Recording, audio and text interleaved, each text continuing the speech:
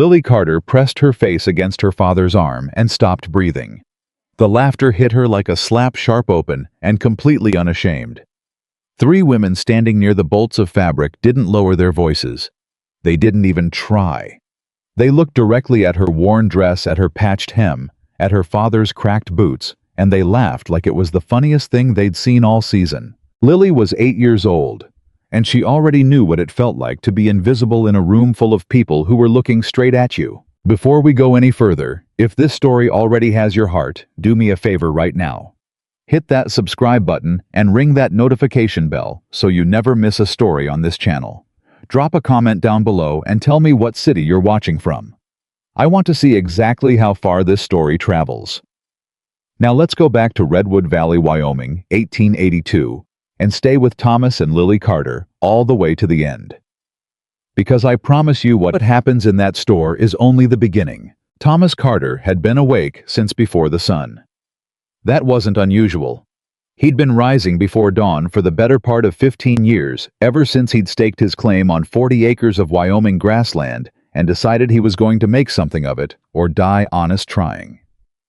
Most mornings, he fed the horses first, checked the fence line along the eastern pasture, boiled coffee so thick you could stand a spoon in it, and had half a day's work behind him before Lily even opened her eyes. He liked those quiet hours before the world woke up. Liked the sound of the land settling, the cattle moving slow through the gray morning light, the way the frost came off the grass when the sun finally cleared the ridge. In those hours, it was easy to believe that a man could be exactly what he chose to be, no more, no less. But this morning, Thomas had something different on his mind. He stood at the small wooden table near the window and looked down at the dress Lily had worn to school 3 times already this week. It was the one she'd had since spring. A light blue calico he'd cut and stitched himself from a bolt of fabric he'd traded 2 days of labor for. He wasn't a tailor by any stretch. The seams weren't perfect. The hem was slightly uneven on the left side. But he'd been proud of it when he finished, and Lily had hugged him so hard when she first put it on that he had to clear his throat twice before he trusted his voice again. Now it was October. The Wyoming wind had turned mean, and that blue calico wasn't going to carry her through winter.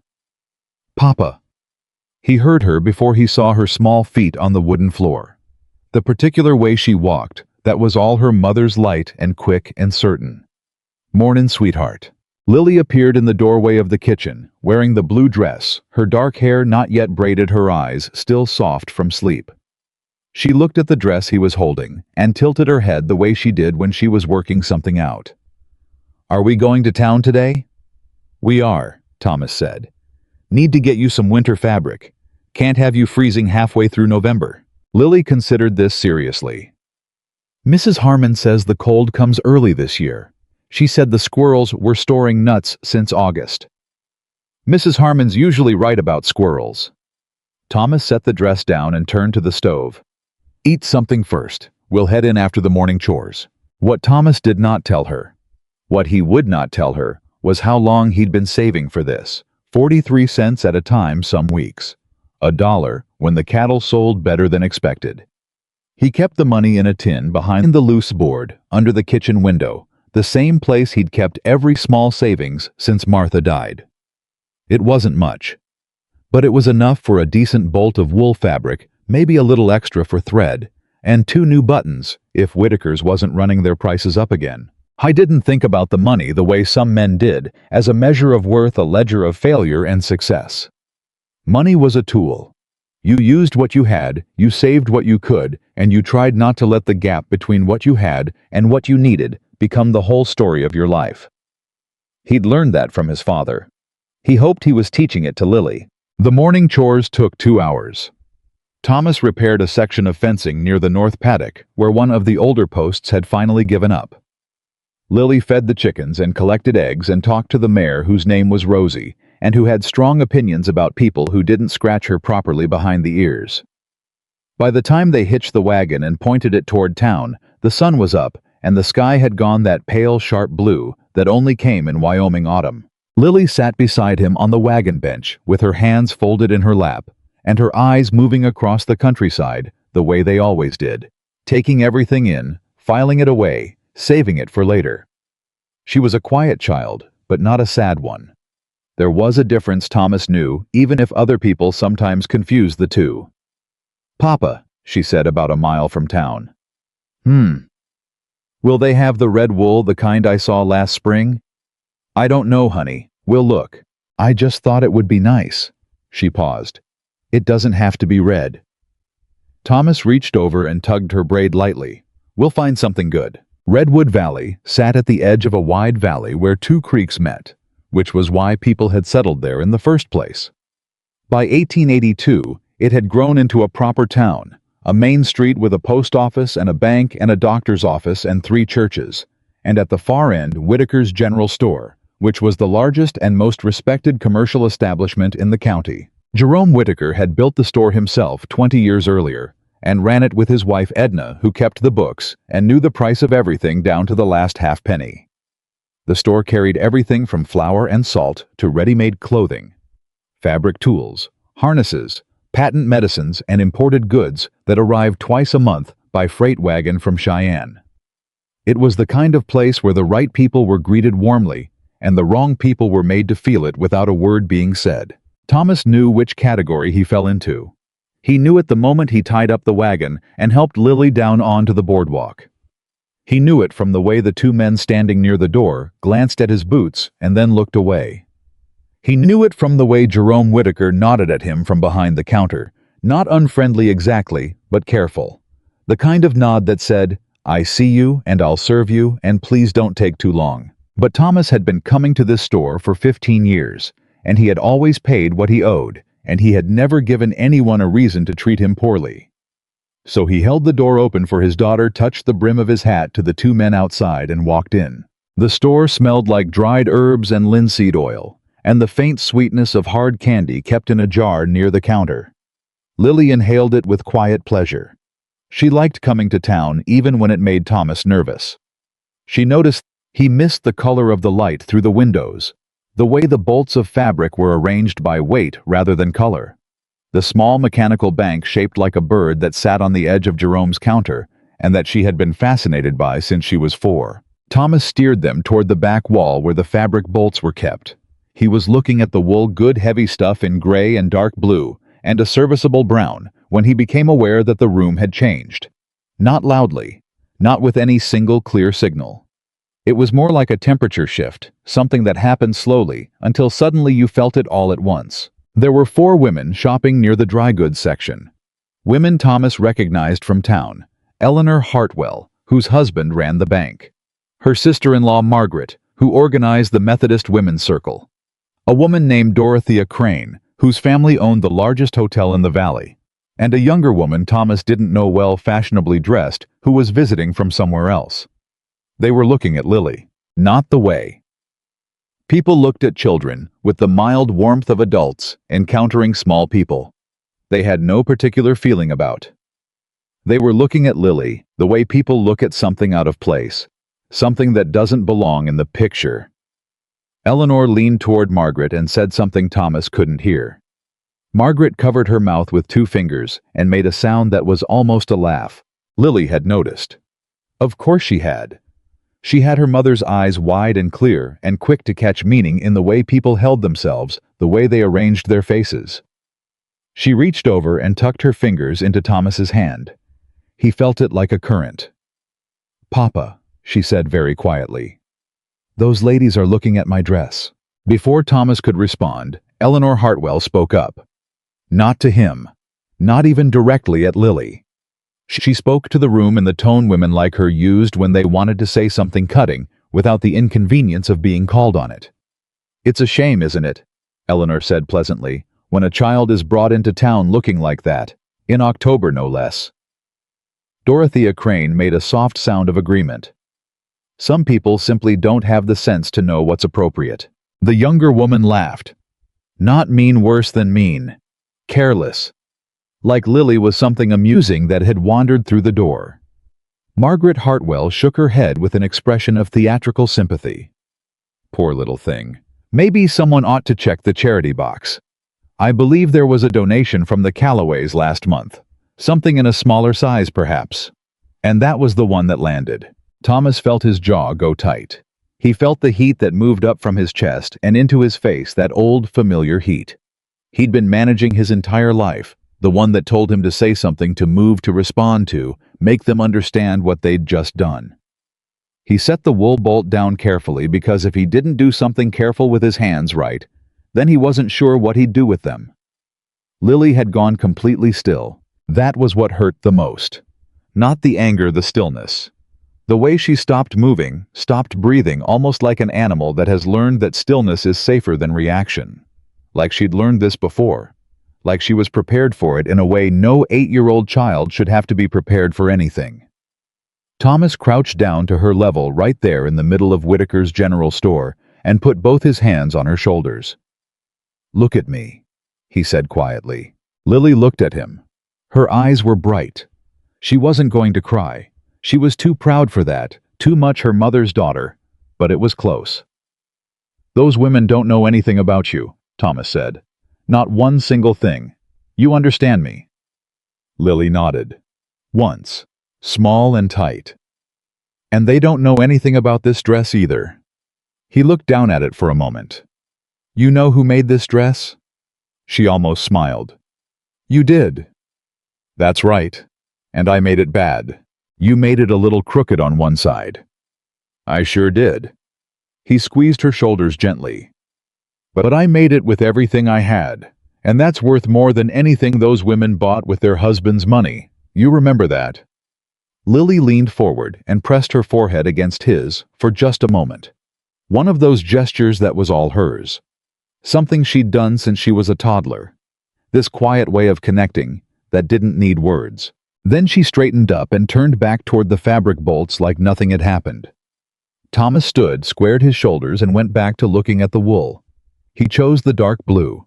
It was good weight, honest material, and it reminded him of the color of the Wyoming sky just before a storm, something powerful and protective in it. He brought it to the counter and counted out his coins carefully while Jerome Whitaker watched without expression. The 4 women had gone back to their own shopping, their voices low and bright, as if nothing had occurred. Thomas took his package and turned toward the door. And then Lily stopped. She stood in the middle of the store and looked back at the 4 women. Her face was composed. Her hands were at her sides. She looked in that moment older than 8-something in the set of her jaw, the directness of her gaze. "Papa," she said. "Yeah, sweetheart. Why do some people think money makes them better than other people?" The store went quiet. Not the polite, shifting quiet of people pretending not to listen. Real quiet. The kind that meant everyone in the room had heard and was holding still, waiting. Thomas looked at his daughter standing there in her old blue calico dress, with her dark eyes clear and her chin up and her question hanging in the air like something that couldn't be taken back. He thought about the answer a long time, not because he didn't have one, because he wanted to give her the right one. "They don't, Lily," he finally said. "They only think they do. There's a difference."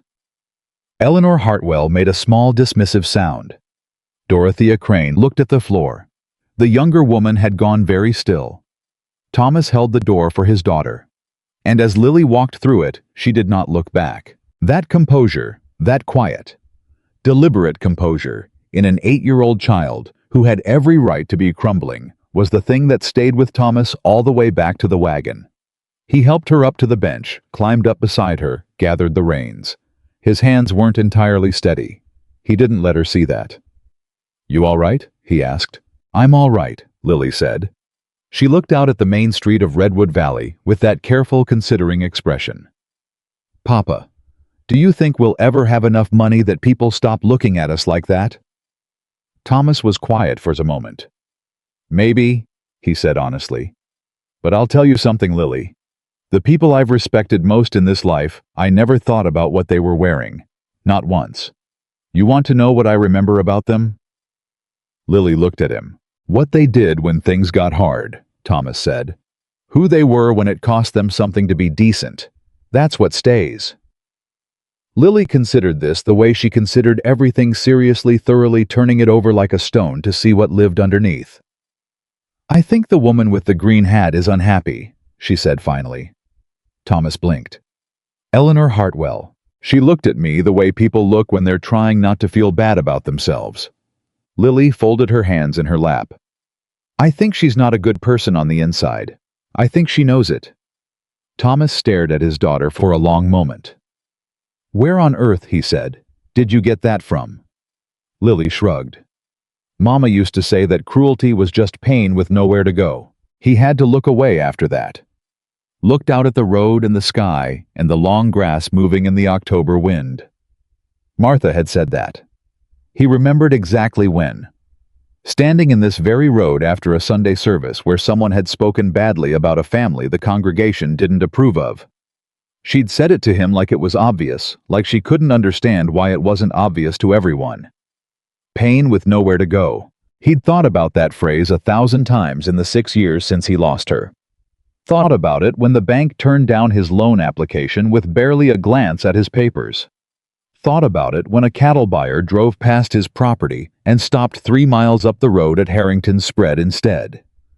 Thought about it on the nights when the ranch felt less like a home and more like a thing he was endlessly fighting to keep from swallowing him whole. I thought about it now, sitting in this wagon with his daughter in front of the store where 4 women had just used a child's dress to make themselves feel superior.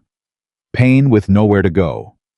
He supposed that was true, and he supposed it didn't make it any easier to be the place that pain landed. The drive home was mostly quiet.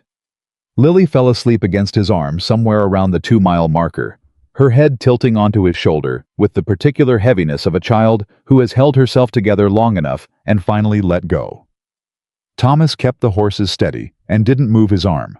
I was thinking about the winter, about the fence posts that needed replacing, about the cattle prices which had been dropping all month, about the roof of the barn which had a section near the west wall that he'd been watching get worse since July. About the tin behind the kitchen board, now mostly emptied out to pay for blue wool fabric. I was good at this particular kind of thinking, the steady problem-by-problem accounting that kept a man from despair. You didn't think about all of it at once. You thought about the next thing, and the next, and the next. He was deep in the arithmetic of winter when the horse slowed on its own. Thomas looked up. A wagon was coming from the opposite direction. A fine wagon, not showy exactly, but clearly maintained by someone with the means to maintain it properly. Good horses. Both of them matched roans. A young man driving. And in the back, a woman sitting straight and composed, looking at the valley with the expression of someone who was making a careful assessment of what she was seeing.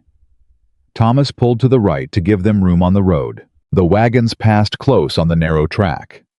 The woman turned and looked at him directly, not with the appraising dismissal of someone measuring his worth, but with genuine attention, the look of a person who was actually curious about what they were seeing. She was around 35, maybe younger, with dark eyes and clothing that was practical rather than ornamental. She looked like someone who made decisions and meant them. Thomas touched the brim of his hat, an automatic gesture, half politeness, half habit. The woman nodded. A real nod. The kind that acknowledged something. Then the wagons passed each other, and Thomas was looking at the road ahead again, and the roans were moving away behind him, and in about 30 seconds, he'd forgotten it entirely because there was the fence to think about, and the roof to think about, and his daughter asleep against his shoulder, and everything that needed doing between now and spring. He did not know that woman's name. He did not know that she had spent the last hour riding slowly through the valley, looking at the land with the eyes of someone who intended to buy a very large piece of it. He did not know that she had earlier that morning already heard about Whitaker's general store, about the cowboy who came in with his daughter, about what the Hartwell woman had said about the dress. She'd heard it from the livery stable boy who'd heard it from the delivery man who'd been making a drop at the store when it happened, and who had not. It was clear approved of what he'd witnessed. Thomas did not know any of this. He just drove home through the October afternoon, one hand on the reins and one arm keeping his sleeping daughter steady, thinking about fence posts and roof shingles and the particular mathematics of a life held together entirely by will and love and stubbornness and the refusal. Even now, even after everything, to stop believing it was worth it. Back at the store, Jerome Whitaker was sweeping the floor after the afternoon customers had gone. He swept past the spot where the girl had stood in her blue calico dress. He swept past the spot where her father had crouched down and held her by the shoulders and said the things a father says when he can't fix the world, but he can make sure his child knows her own worth. He paused near the window broom in both hands.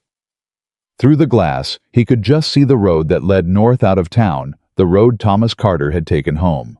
Jerome Whitaker had run this store for 20 years. He had watched this town grow from 40 families to 400. He had extended credit when people needed it and called it in when he had to. He was not a cruel man. He would not have said that about himself. He would have said he was a practical man, a fair man, a man who understood the realities of commerce and society. But standing there with his broom watching the empty road, he felt something he hadn't expected. He felt ashamed, not of the women, their behavior wasn't his to own, but of himself. For saying nothing. For standing behind his counter and watching a child be humiliated in his store and going on weighing flour and making change, like it was all just the ordinary texture of an ordinary afternoon. He'd told himself it wasn't his business. He swept the floor again and didn't much like the man he met in the thinking. Outside the sun was dropping behind the western ridge and the temperature was falling with it, and somewhere on the road north, Thomas Carter was almost home. Lily woke up just as the ranch came into view, that drowsy, disoriented return from sleep that always took her a moment to navigate. "Papa." "Right here, sweetheart." She sat up and rubbed her eyes and looked at the ranch, the house, the barn, the paddock where Rosie was already moving toward the gate because she could hear the wagon coming, and she approved of punctuality. "We're home," Lily said. "We're home," Thomas agreed. She was quiet for a moment looking at the house. Then she said, "Papa, I want to learn to sew properly, so I can help make the next dress." Thomas looked at her. "You want to learn to sew? You made my dress wrong," she said very matter-of-factly. "I should know how to do it right." He laughed, a real laugh, sudden and surprised, the kind that cleared out something tight that had been sitting in his chest all afternoon. "All right," he said. "I'll teach you what I know, which isn't much, and then we'll figure out the rest together." Lily nodded like this was a decision made and done. Thomas brought the wagon to a stop and climbed down and helped her to the ground. She immediately went to say hello to Rosie, which was what she always did. And he unloaded the wagon and checked the horses and began the slow, familiar work of closing up the day.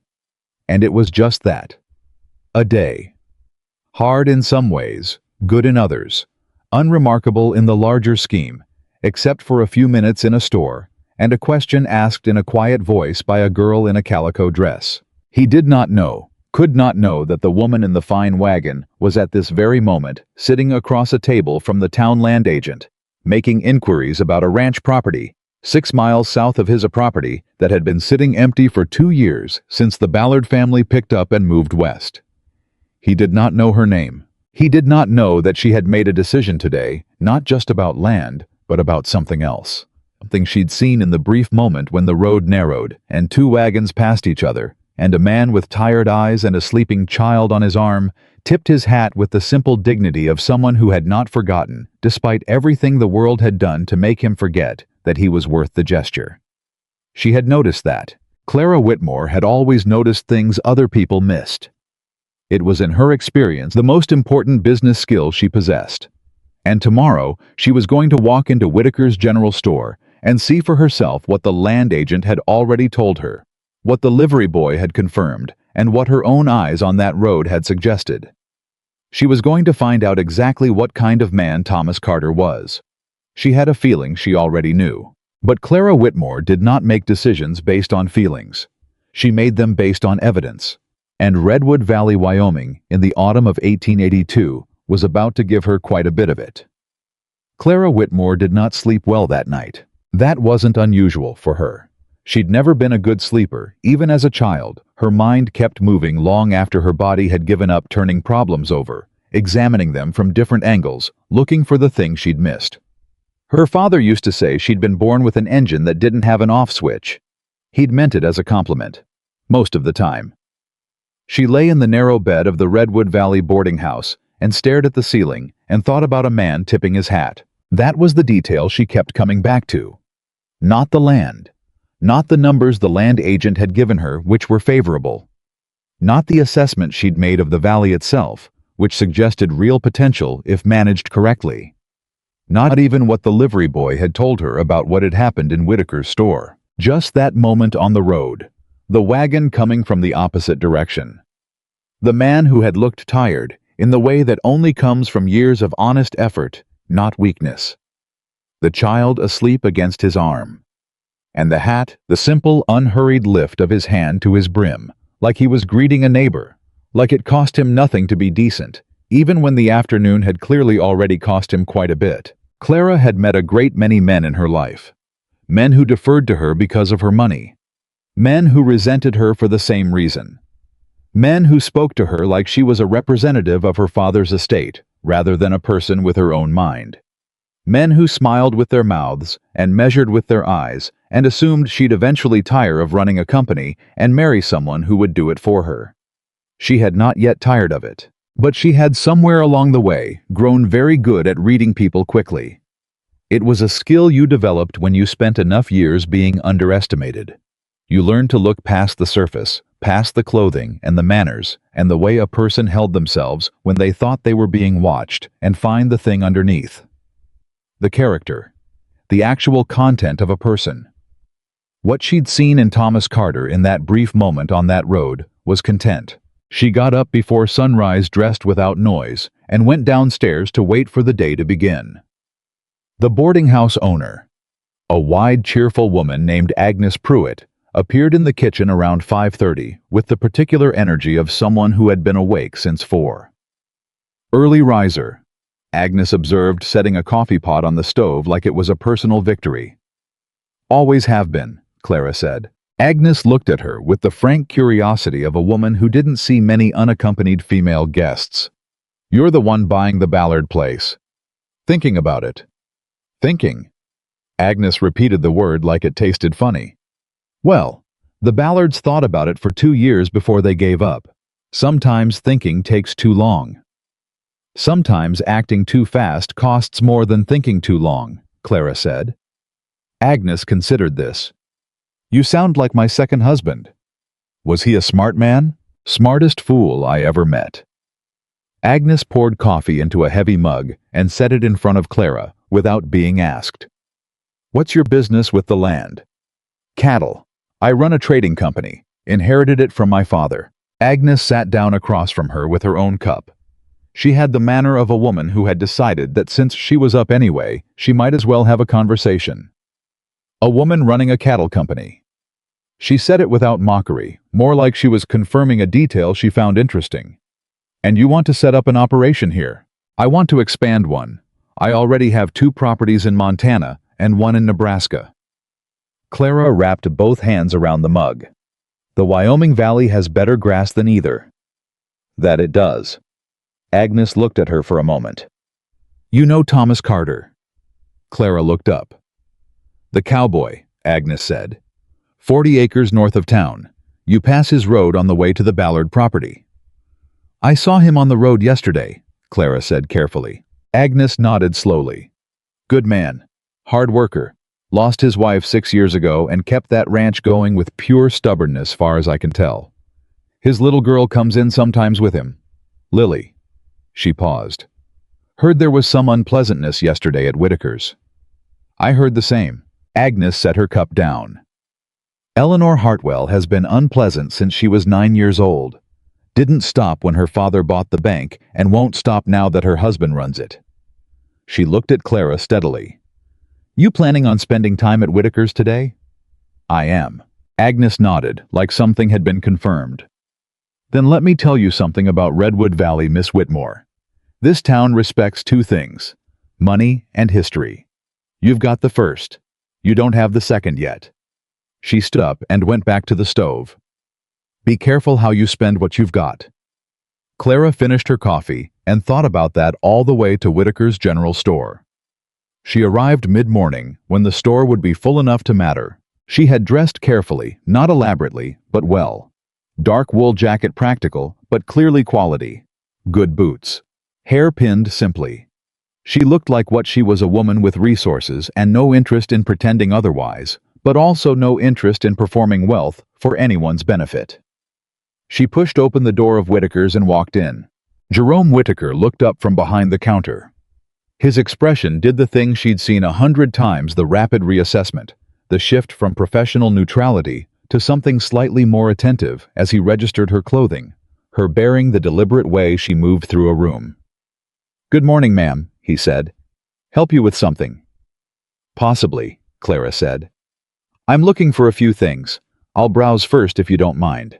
Jerome gestured expansively at the store. "Take your time." She moved to the fabric section first, not because she needed fabric, but because she wanted to stand where it had happened. She stood near the bolt of dark blue wool and looked at the room the way she imagined a child might look at it, from a lower angle, from the position of someone who had come in wanting something simple and been made to feel wrong for wanting it. "That's a fine choice if you're looking at the wool." She turned. Eleanor Hartwell was standing 3 feet away, smiling with the particular warmth of someone who has identified a social peer and wants to establish contact.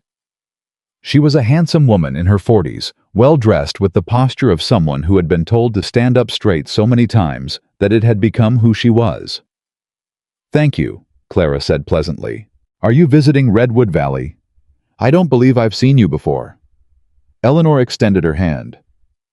"Eleanor Hartwell. My husband is James Hartwell. He runs First Valley Bank."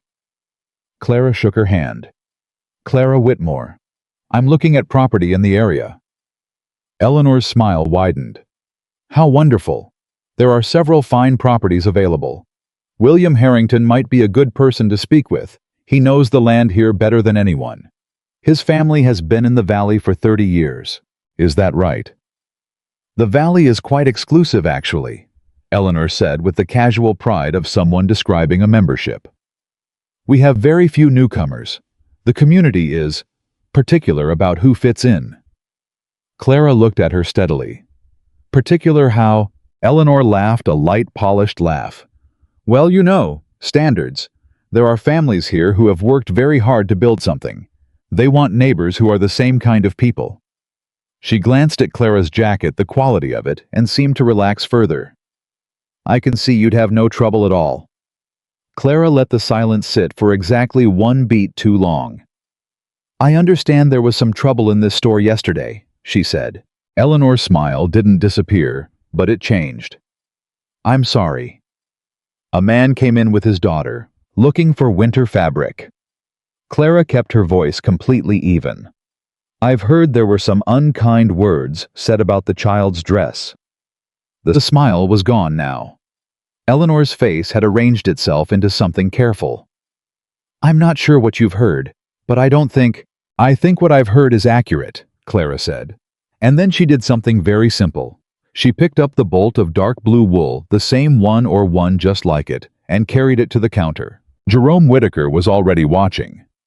He had been watching the whole time. Clara could see from behind the fortress of his counter, following the conversation with the focused attention of a man who understood that something important was happening in his store and was not yet sure which way it was going to land. Clara set the bolt on the counter. "I'd like 6 yards of this," she said. "And whatever the finest winter dress fabric you carry is. I'll take 10 yards of that as well." Jerome blinked. "10 yards, ma'am, that's a considerable—" "I know what it is," Clara said pleasantly. He began measuring.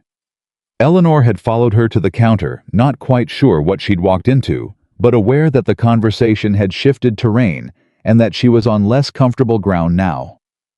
"Miss Whitmore," she said, "I don't think you have the full picture of—" "I grew up on a ranch," Clara said. She wasn't looking at Eleanor. She was watching Jerome measure the fabric, making sure the cuts were straight. "My father started with 40 acres and a mule, and a willingness to work until his hands bled. By the time he died, he had 2,000 acres and a trading company. He wore the same pair of boots for 6 years because he was spending every dollar on feed and wages." She glanced at Eleanor briefly. "He was the finest man I've ever known, and he would not have lasted one afternoon in a room with people who measured worth by what a child was wearing." The store was very quiet. Not just Jerome, not just Eleanor. The other customers who had drifted near, and there were 3 or 4, Clara had been aware of them the whole time, were all still, listening. Eleanor said with ice under the pleasantness, I don't think this is really your concern, Miss Whitmore. You're new here. You don't know the... I know what I saw on that road yesterday, Clara said clearly. I passed Thomas Carter driving home. His daughter was asleep on his arm. She paused. A man who can raise a child like that while keeping 40 acres alive on his own, that is not a man anyone should be looking down at. Not in this town or any other. The quiet held. And then Jerome Whitaker, who had been sweeping his store at dusk the night before, and not liking the man he met in the thinking, set down his measuring tape and said, "I'll wrap that up for you, Miss Whitmore." He said it simply, quietly. But he said it. Eleanor Hartwell looked between Clara and Jerome and made a decision, the way wealthy women of her particular type always made decisions to treat an uncomfortable situation as if it hadn't quite occurred. "Well," she said brightly, "I'm sure you'll find the valley very welcoming. I hope we see you at church Sunday."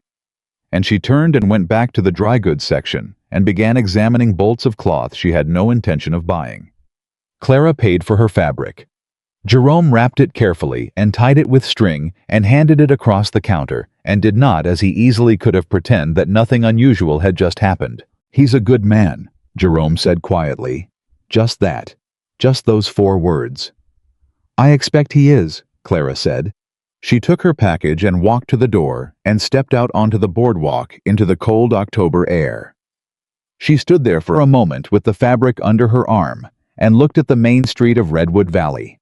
The post office, the bank, the 3 churches, the hotel, the road that led north past the Ballard property, and further on to Thomas Carter's 40 acres.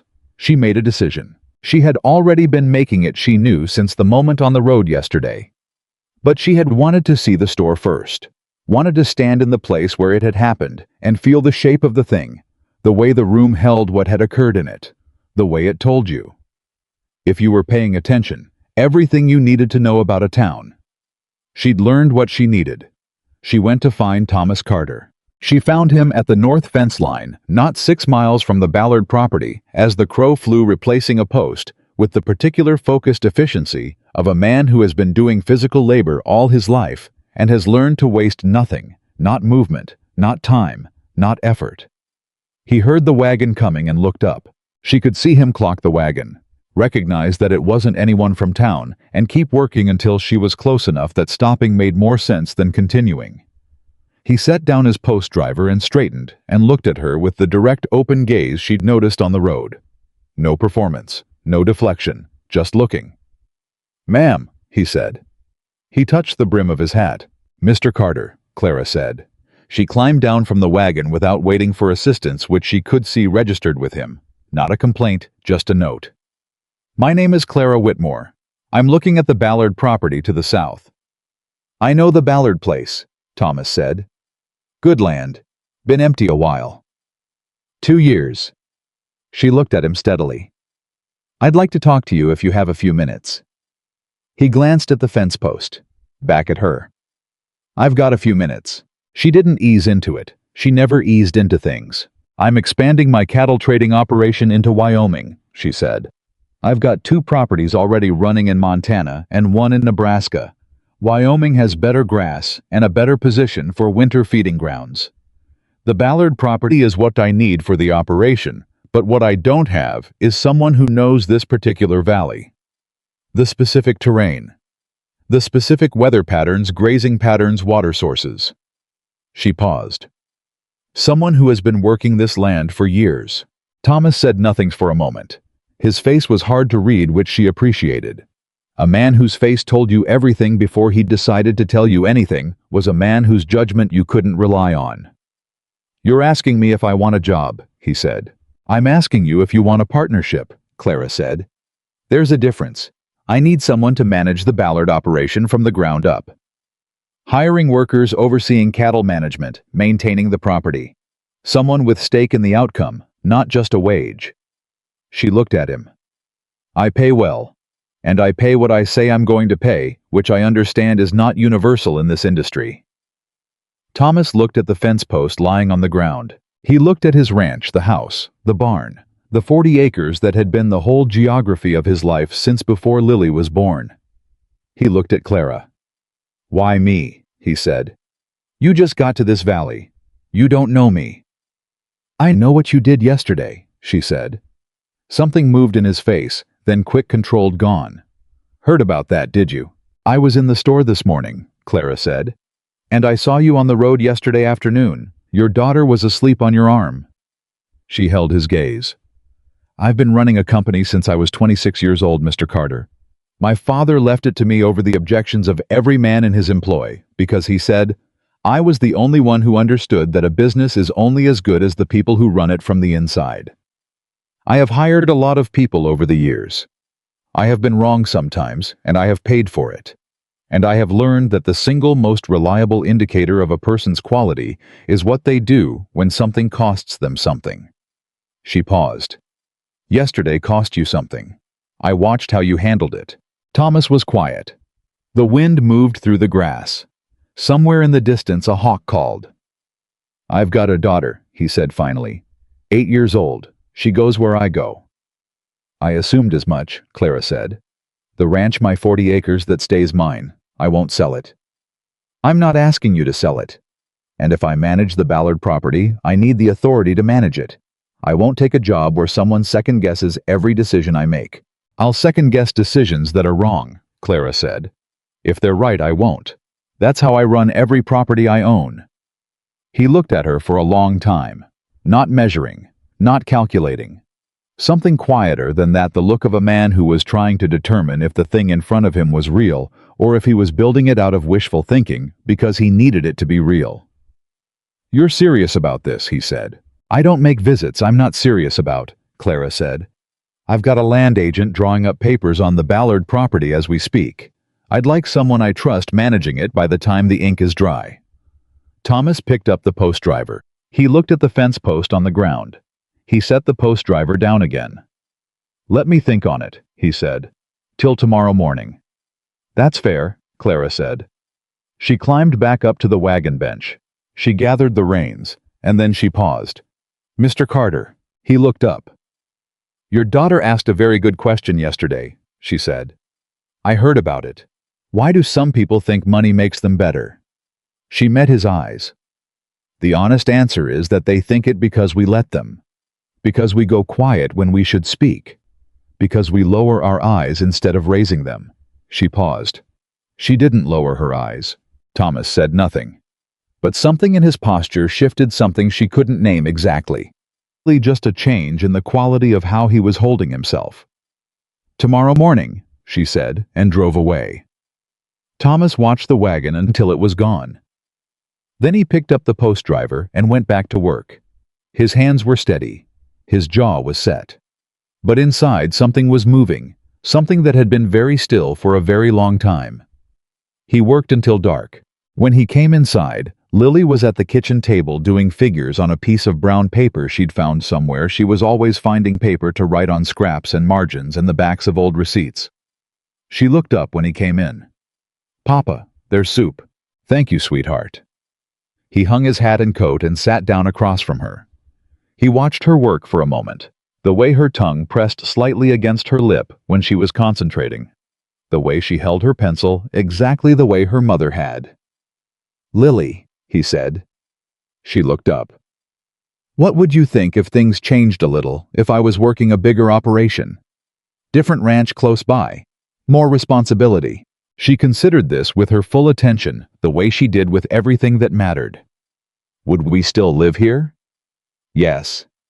Would Rosie still be ours? Rosie is always going to be ours. Then I think, Lily said carefully, that you should do the thing that makes you feel like yourself, not the thing that just keeps us from falling. She looked back at her figures. Mama always said there was a difference. Thomas sat with that for a long time. He sat with it through dinner and through the dishes and through the quiet hour after Lily was in bed, when he usually sat on the porch and listened to the ranch settle. He sat with it until he knew the answer. He was at Clara's boarding house at 7 the next morning. Agnes Pruitt told him Miss Whitmore was already at breakfast, and he found her at the same corner table where she'd had coffee the morning before, with a cup and a stack of papers and the expression of someone who had already been working for 2 hours. She looked up when he came in. Mr. Carter, she said. I'll do it, Thomas said. Clara nodded, set down her pen. Sit down, let's talk terms. What happened over the next hour at that corner table would set the course of the next 18 months of both their lives.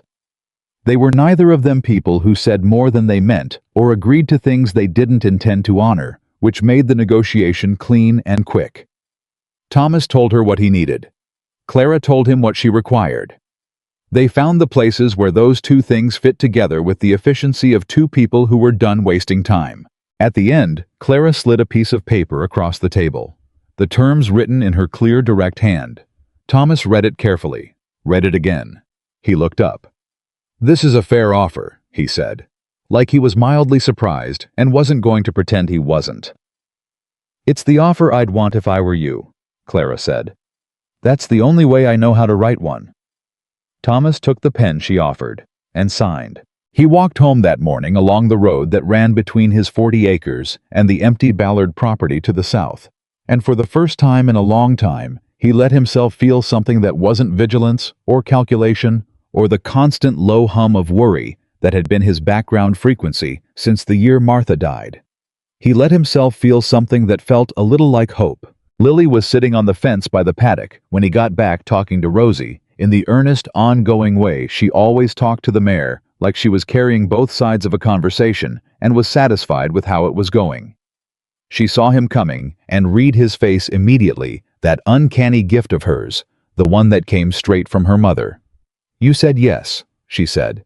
"I said yes." Lily smiled, not the careful, managed smile she used in town when she was protecting herself.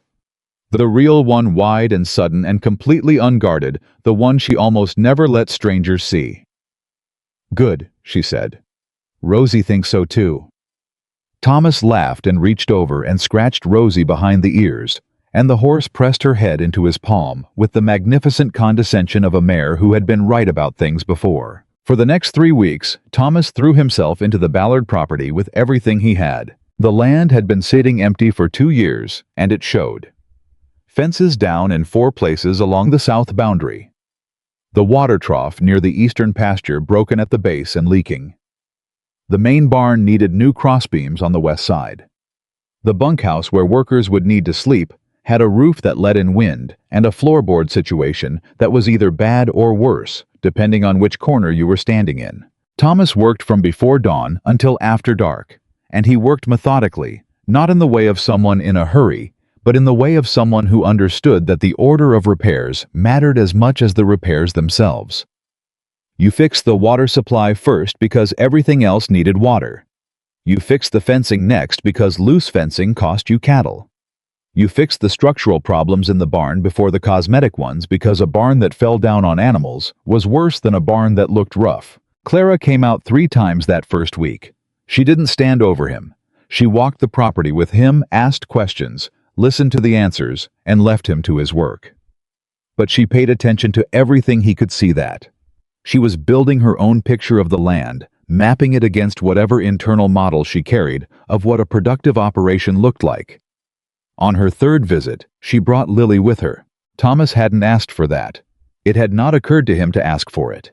But Lily had been at the Ballard property once years before, when Thomas had helped the Ballard family repair a fence line, and she'd remembered it apparently because when Clara mentioned where she was going, Lily had said she'd like to come, and Clara had looked at Thomas like it was simple, and it was. Lily walked the property beside Clara, with her hands in the pockets of her coat, and that focused, serious expression she wore when she was deciding what she thought about something. "There used to be a creek here," Lily told Clara, pointing to a dry gully near the eastern pasture. "Papa said it dried up 2 summers ago. He said if you redirected the water from the north slope, you could probably get it running again." Clara looked at Thomas. Thomas said, "It's on my list." "Move it up," Clara said. He moved it up.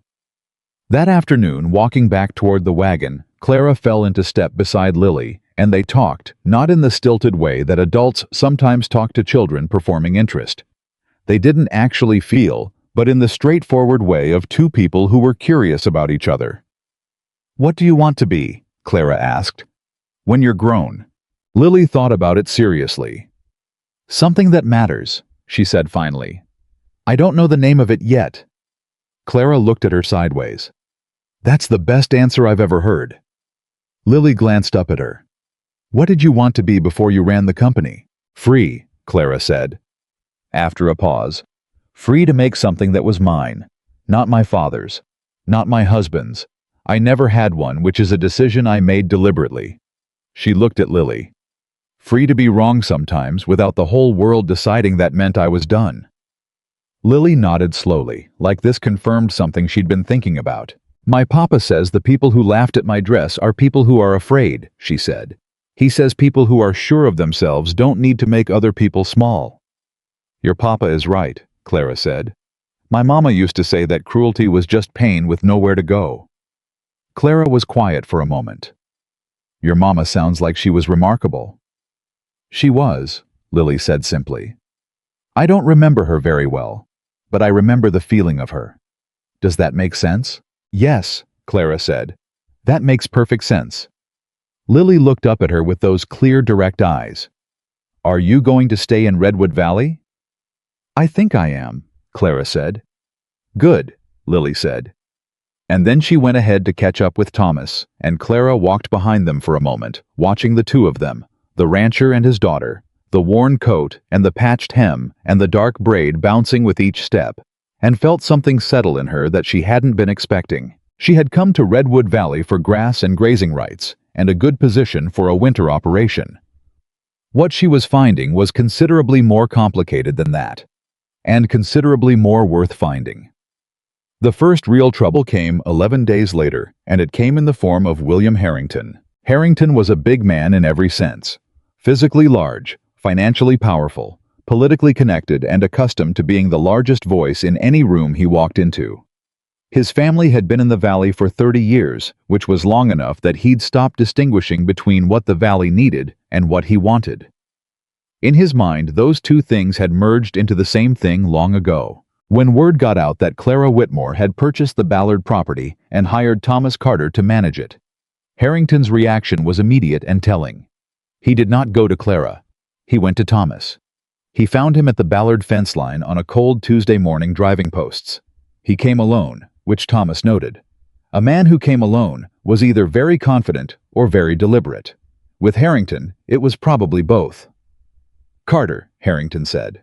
Thomas drove another post, looked up. Harrington. Harrington dismounted and walked to where Thomas was working. He was the kind of man who moved through space like he expected it to make room for him. Heard you signed on with the Whitmore woman. That's right. Harrington nodded slowly. Interesting choice. I thought so, Thomas said. He went back to work. She's not going to last, Harrington said.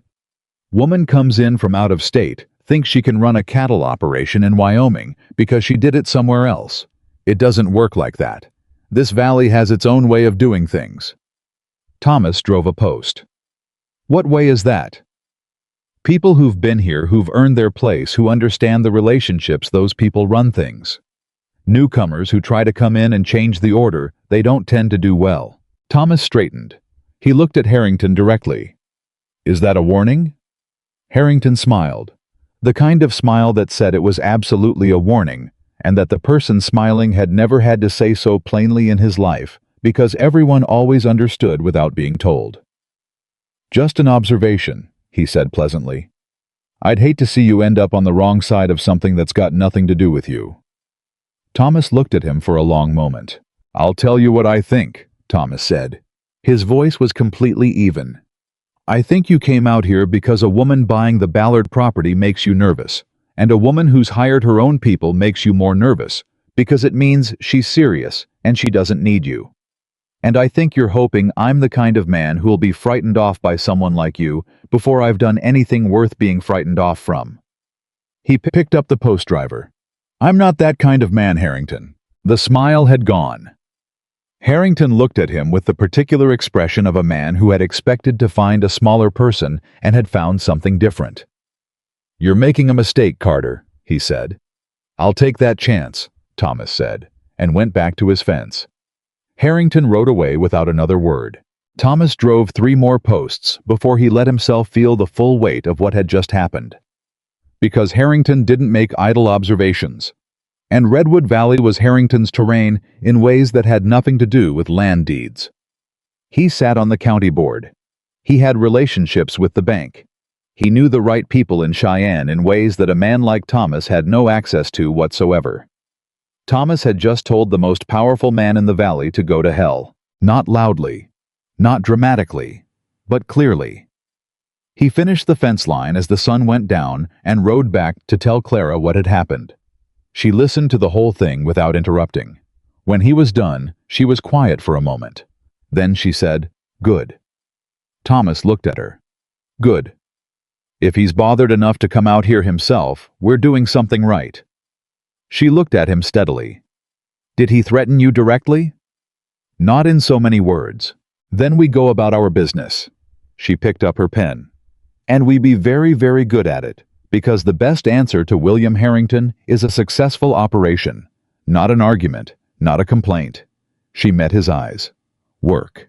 Thomas looked at this woman sitting at a table covered in papers in a boarding house in a town that had not yet decided whether it was going to welcome her, completely unbothered by the fact that the most powerful man in the valley had just declared himself an obstacle, and he thought of something his father had once told him about the difference between brave people and fearless ones.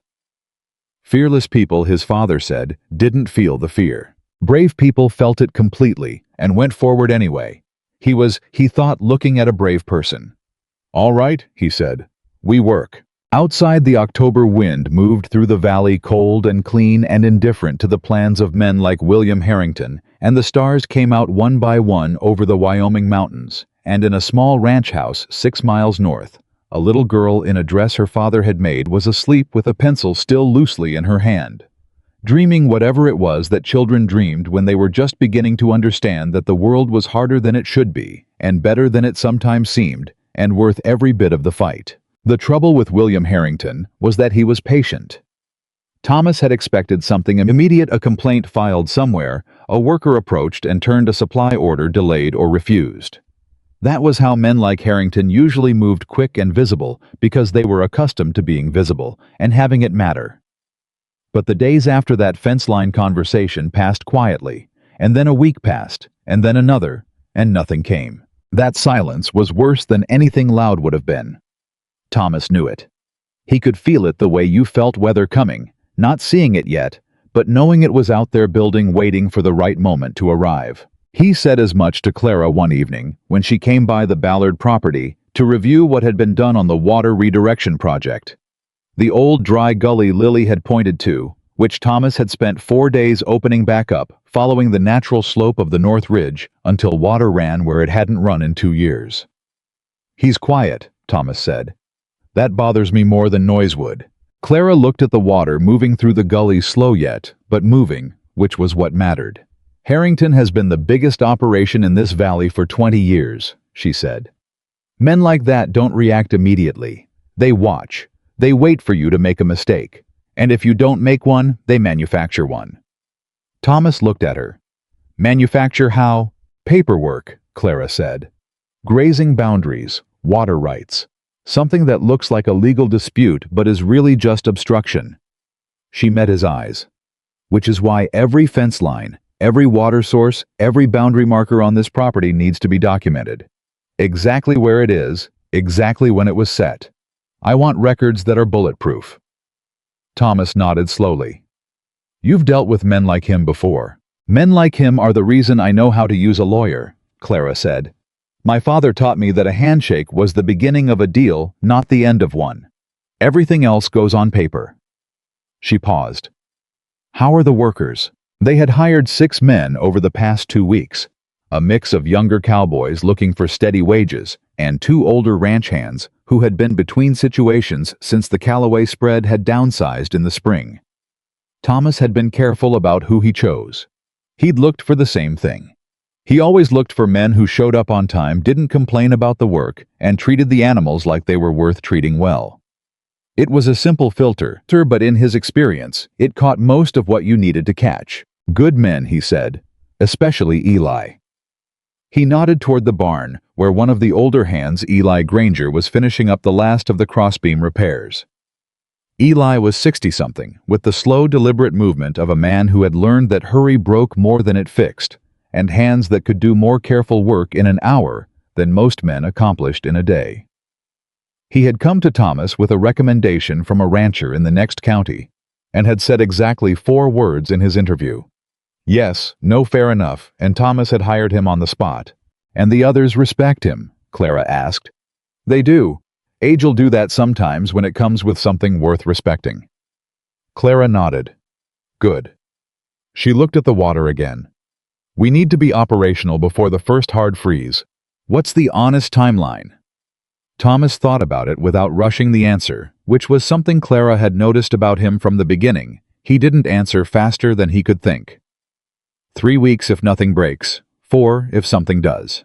Plan for 4, she said, and tell me when something breaks. She left as the light was going gold over the ridge, and Thomas watched her wagon take the south road and thought not for the first time that he had never in his life met a woman who moved through the world exactly the way Clara Whitmore did, not like she was fighting for room in it, but like she had simply decided what space she was going to occupy, and had gone ahead and occupied it, and was mildly but not rudely surprised when anyone suggested otherwise. He had also noticed, though he had not yet found words for it, that he trusted that the feeling he got when her wagon was coming up the road was different from any feeling the road had given him in a long time. He didn't examine that too carefully. He had fences to think about. The first move Harrington made came on a Thursday morning 9 days after the fence line conversation. It came not through Harrington himself, but through a man named Gerald Fitch, who served on the Redwood Valley County Water Board, and who was, it emerged, a cousin of Harrington's by marriage and a frequent guest at Harrington's dinner table. Thomas was at the Ballard property when Fitch arrived, a thin, precise man in a town suit who tied his horse at the gate and walked toward the gully with the expression of someone who had already made up his mind before arriving. Thomas Carter, Fitch said. That's me. Fitch produced a document from inside his jacket. Gerald Fitch County Water Board. I'm here to inform you that there's a formal complaint filed regarding water diversion on this property. Specifically, the work done on this gully here. He gestured at the water running through the reopened channel. There's a question about whether this constitutes unauthorized alteration of a shared water source. Thomas looked at the document. He did not reach for it. Shared with who? Harrington Cattle Company, Fitch said. The downstream rights to the North Fork of that water source were registered by William Harrington in 1874. Thomas looked at the gully, looked at Fitch. That water source was dry for 2 years, he said. Dried up naturally. We didn't alter a shared source. We reopened a natural channel on property that belongs to Clara Whitmore. The complaint suggests otherwise, Fitch said. Until the board reviews the matter, I'm afraid I have to ask you to cease. No. Fitch blinked. Mr. Carter, you're not going to ask me to stop work on a legitimate water restoration based on a complaint filed by the man who wants this property to fail, Thomas said. His voice was level, but there was something underneath it that Fitch seemed to hear because he took a small involuntary step back. I'm going to ask you to hold that document, go back to town, and tell the board that the owner of this property will respond formally within the week with full documentation of the water source history and the legal basis for this work. He looked at Fitch directly.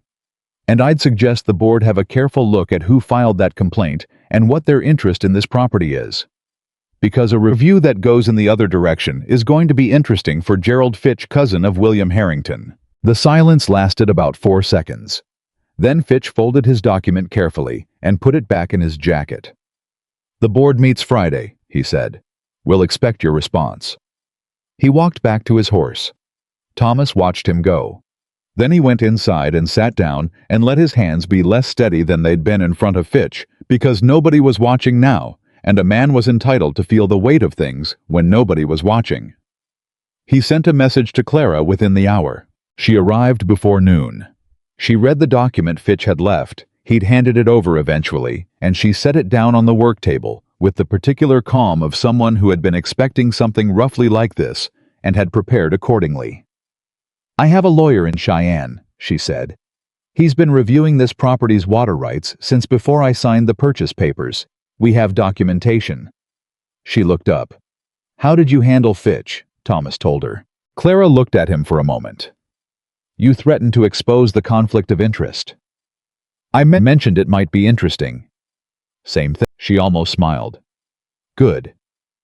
It might make things harder with the board, Thomas said. It might, Clara agreed. Or it might make Fitch nervous enough to be less useful to Harrington, which changes Harrington's calculus. She folded the document and tucked it inside her jacket, where it disappeared. The way she sometimes made problems disappear, not by making them smaller, but by making herself bigger than them. Either way, we respond with documentation, and we let the law do what it's supposed to do. Thomas nodded. He looked at her. You were expecting this. I was expecting something, she said. This is actually better than I feared. A water rights complaint is public record. Everything Harrington files has to go through official channels. That means we can see every move he makes. She met Thomas's eyes. Men who operate in the open are easier to handle than men who work in the dark. Thomas thought about that. What do you think he does in the dark? Clara picked up her jacket. That, she said, is what worries me. She was right to worry, because while the water rights complaint was moving through official channels, exactly as she'd predicted, something else was happening that had nothing to do with paperwork. One of the 6 workers. Thomas had hired a young man named Pete Dillard, who'd been solid enough in his first week, but had been quiet in a different way. The second came to Thomas on a Wednesday evening and stood at the door of the workshed with his hat in his hands and the expression of someone who had been rehearsing something and was not sure the rehearsal had been enough. Got something to tell you, Pete said. Might make you angry.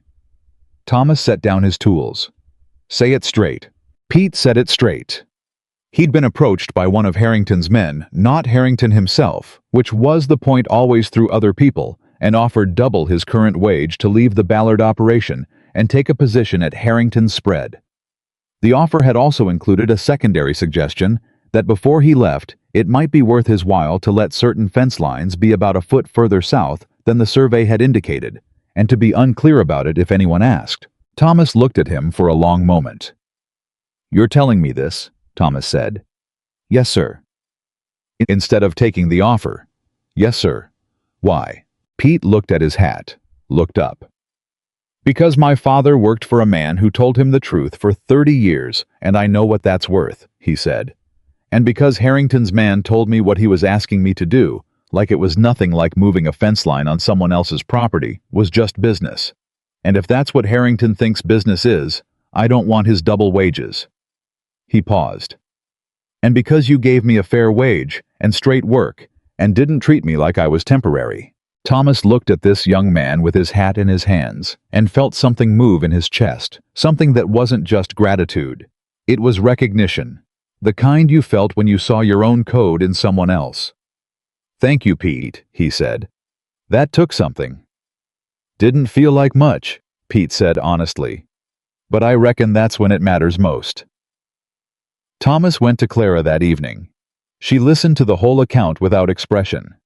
When he finished, she sat very still for a moment. He tried to move our boundary lines, she said, through a worker who told us about it instead. Who will testify to it if necessary? Thomas nodded. I believe he would. Clara stood up and walked to the window and stood there with her arms crossed, not looking at anything in particular. Thomas had learned that this was what she did when she was moving pieces around inside her head, not pacing, not talking, just holding still and thinking with everything she had. This changes things, she said. How? She turned around. He's not just filing paperwork, Thomas. He's trying to manufacture a land dispute. A fraudulent boundary marker would give him grounds to claim part of this property. And if he'd gotten that boundary moved before we caught it... She stopped. The implication was clear enough without finishing. So what do we do? Thomas asked. We survey, Clara said. Every inch of this property professionally documented within the week, and we file those records with the county on top of the water rights response. She looked at him steadily. And then we make sure William Harrington understands that every move he makes is going to cost him more than it costs us. How do we make him understand that? By making it true, she said, and by making sure the right people in this valley can see it. The land survey happened the following Monday. Clara had a surveyor from Cheyenne, a meticulous man named Arthur Vane, who charged considerable rates and was worth every cent out to the property with all his equipment. Thomas walked every line with him personally, watching every measurement recorded. It took 2 full days. The boundary markers were exactly where the deed said they were. The documentation went to the county clerk and to Clara's lawyer simultaneously. What happened next was the thing Thomas hadn't expected.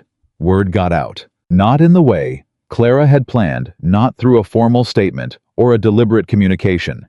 In the way things always actually got out in a small town, through the surveyor mentioning to the livery stableman that it was unusual to need such thorough documentation, unless someone was actively trying to falsify a boundary, and the livery stableman mentioning it to 3 people, and those 3 people mentioning it to 8. Within a week, the shape of what Harrington was doing had become common knowledge in Redwood Valley, not as fact, because nobody had said it as fact, but as the strongly implied subtext of every conversation about the Whitmore property and the county water board complaint and the surveyor's visit.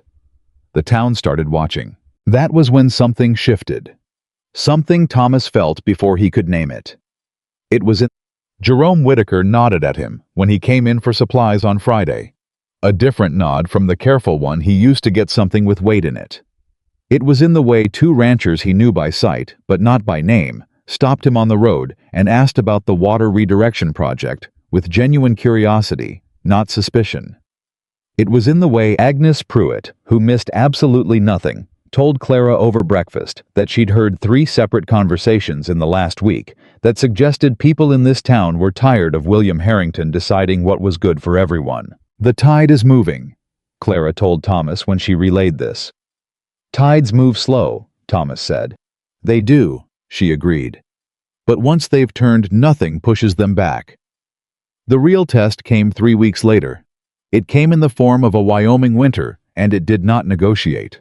The storm arrived on a Tuesday, and it came with the particular violence of a Wyoming November storm that had been gathering strength for days, the kind that every experienced rancher in the valley had seen the signs of, and that only the smart or the lucky had properly prepared for. Thomas had prepared.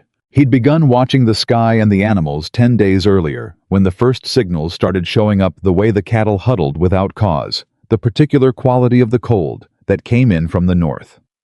At night, the pressure change he could feel in the air before he could measure it in any formal way.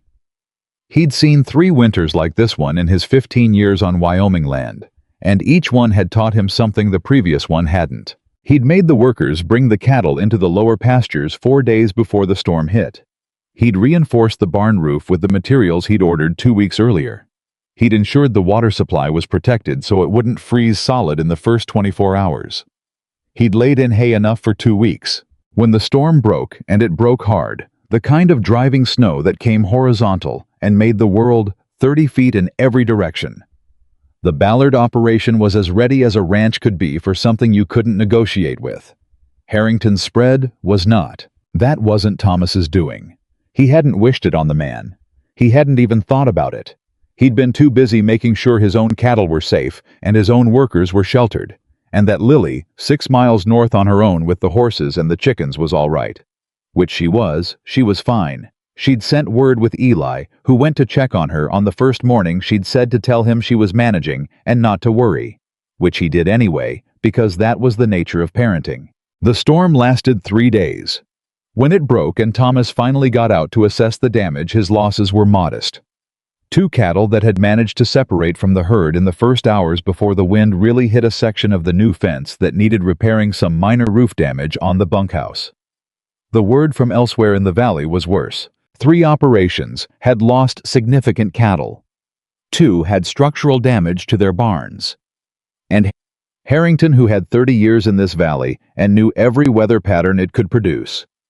Harrington had lost more than anyone, because Harrington had been focused on the Whitmore property for weeks, and his foreman later admitted privately to someone who told someone else that the storm preparations had been rushed and incomplete because attention and resources had been going elsewhere. Thomas heard this from Clara, who had ridden out to the Ballard property on the morning after the storm broke with ice in her horse's mane, and a quiet in her expression that wasn't quite triumph, but was something in its neighborhood.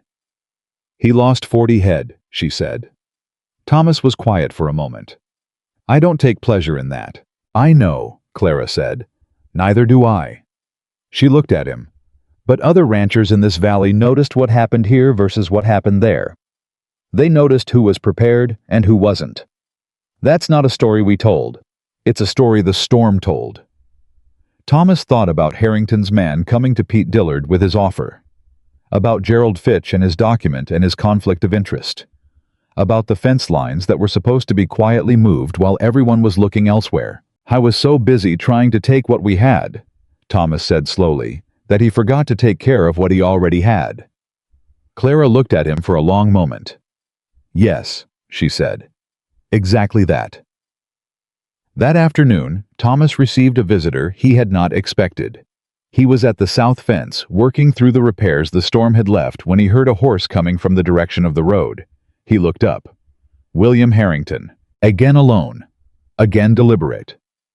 But something was different this time, something in the way he sat the horse, a quality of heaviness that hadn't been there on the fence line 2 months ago.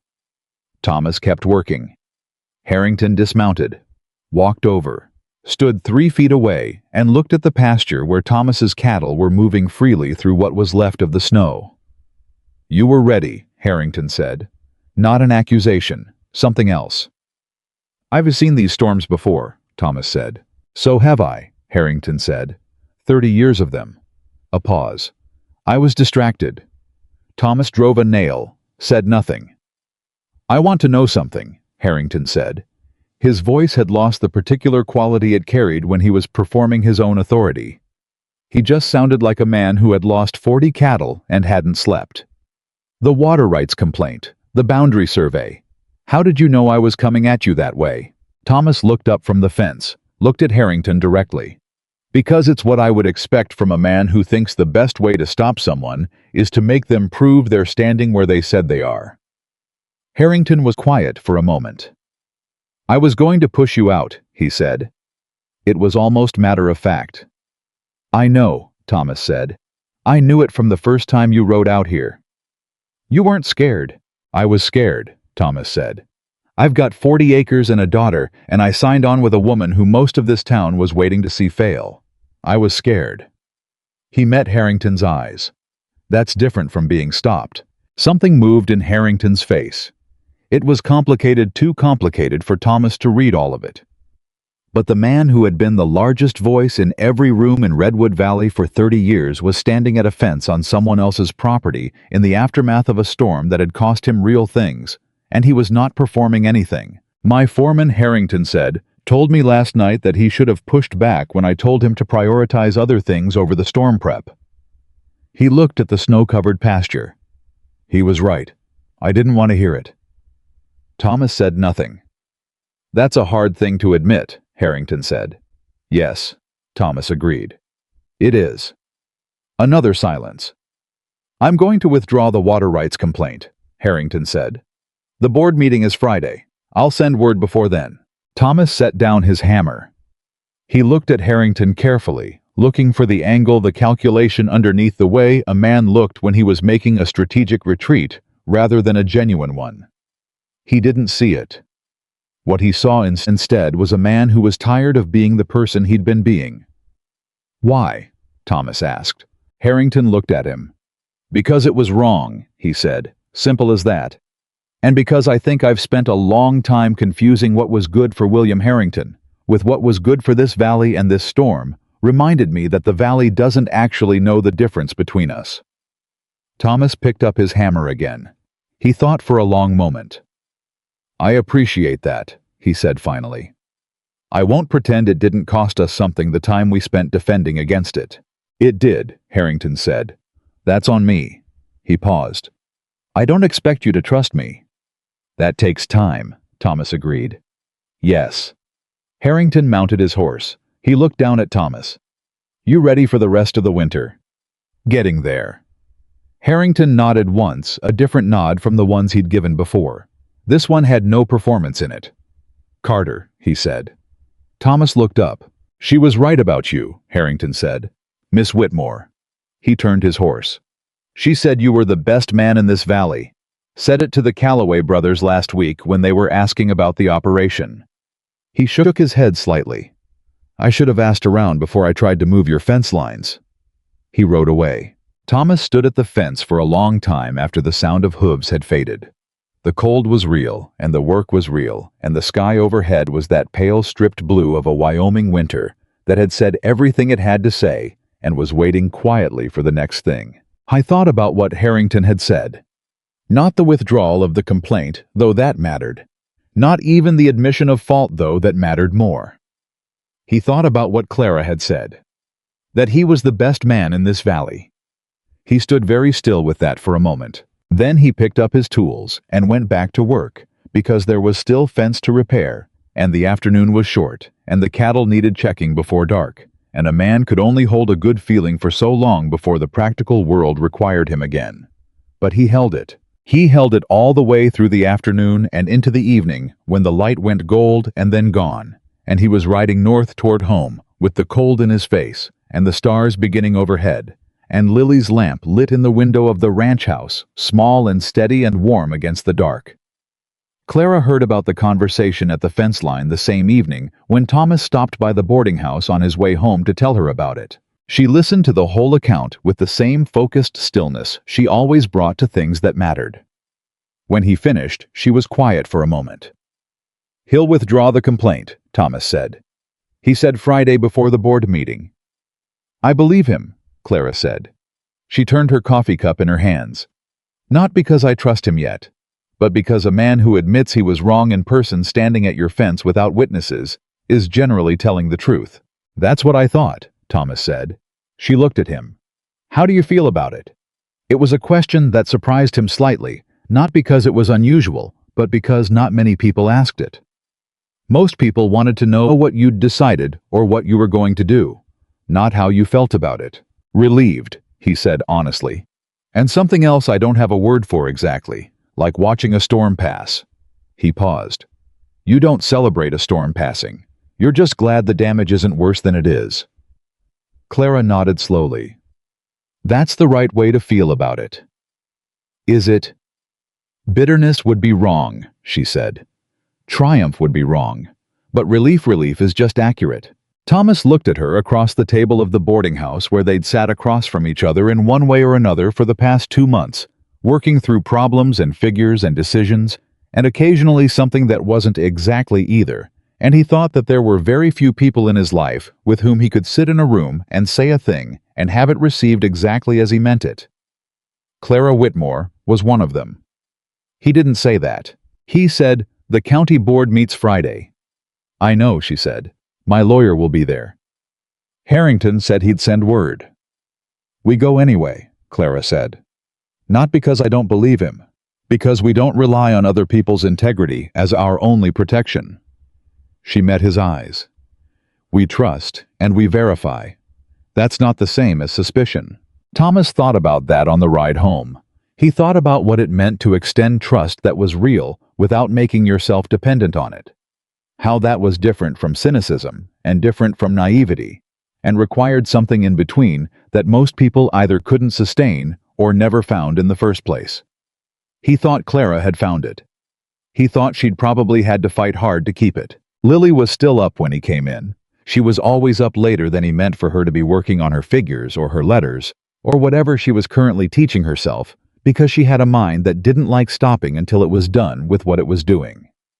She looked at him from the table and read his face the way she always did. "Something happened," she said.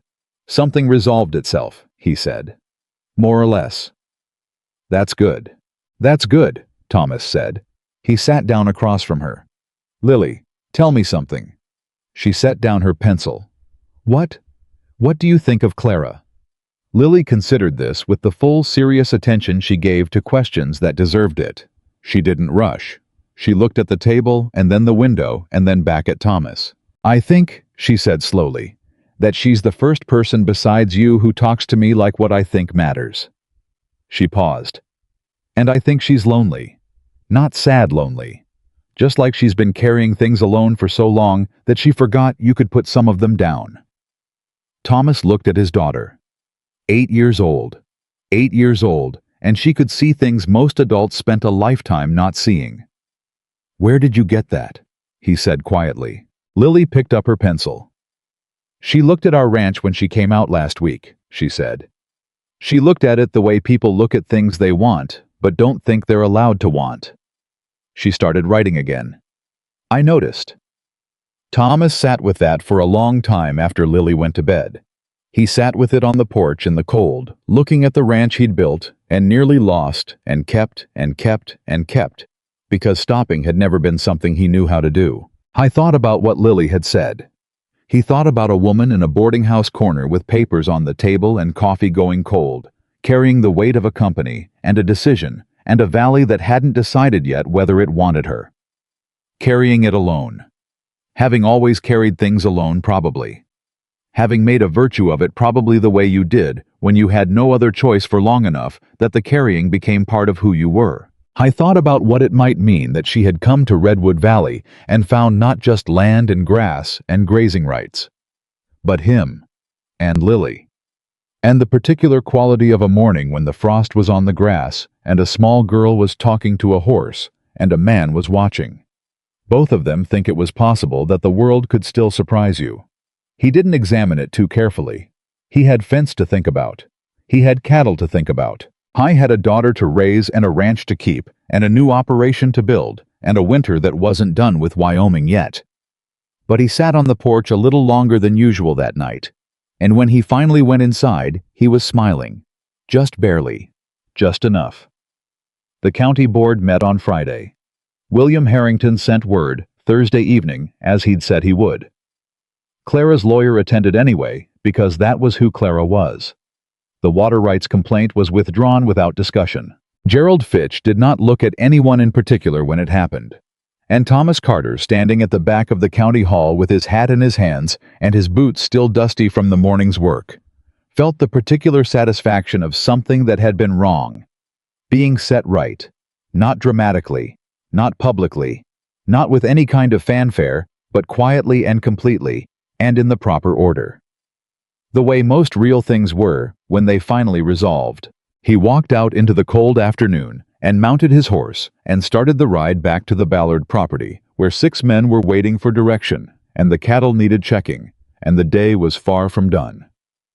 Behind him inside the county hall, he heard 2 ranchers he recognized exchanging words about the Whitmore operation, about the storm preparations, about the water redirection that was running clean and clear through what had been a dry gully 2 months before. He didn't stop to listen. He already knew what they were saying, because the valley was talking now. And what it was saying was no longer about the newcomer who might fail and the poor cowboy who was helping her. It was something different now. It was something that sounded, if you listened carefully enough, like respect. The respect didn't arrive all at once. It came the way most real things came in a place like Redwood Valley, gradually sideways through small acts that didn't announce themselves. A nod on the road that lasted a beat longer than it used to.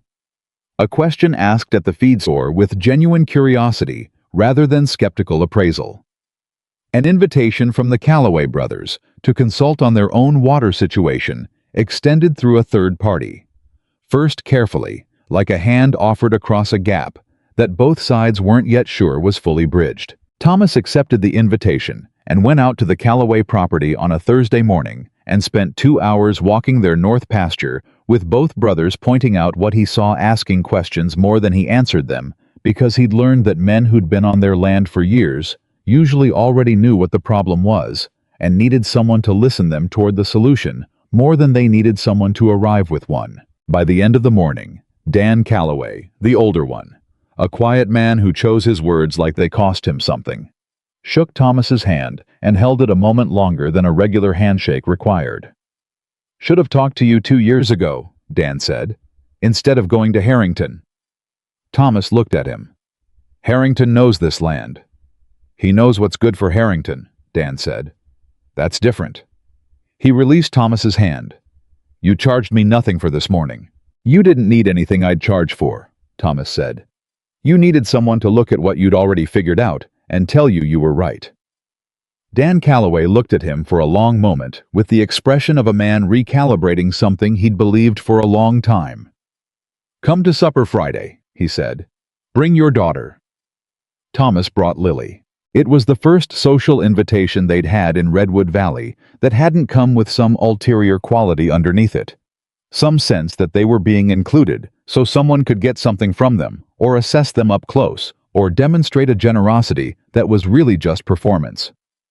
The Calloway supper was plain and warm and unpretentious, with a table full of practical people who talked about cattle and weather and the county road situation, and asked Lily questions about school, and listened to her answers with actual interest. Lily sat at that table and held herself differently than she had in Whitaker's store 2 months earlier. Not taller exactly, just more settled, like she'd found something solid under her feet and had stopped bracing for the ground to shift. Driving home that night, she was quiet for a mile. Then she said, "Papa, I like the Calloways."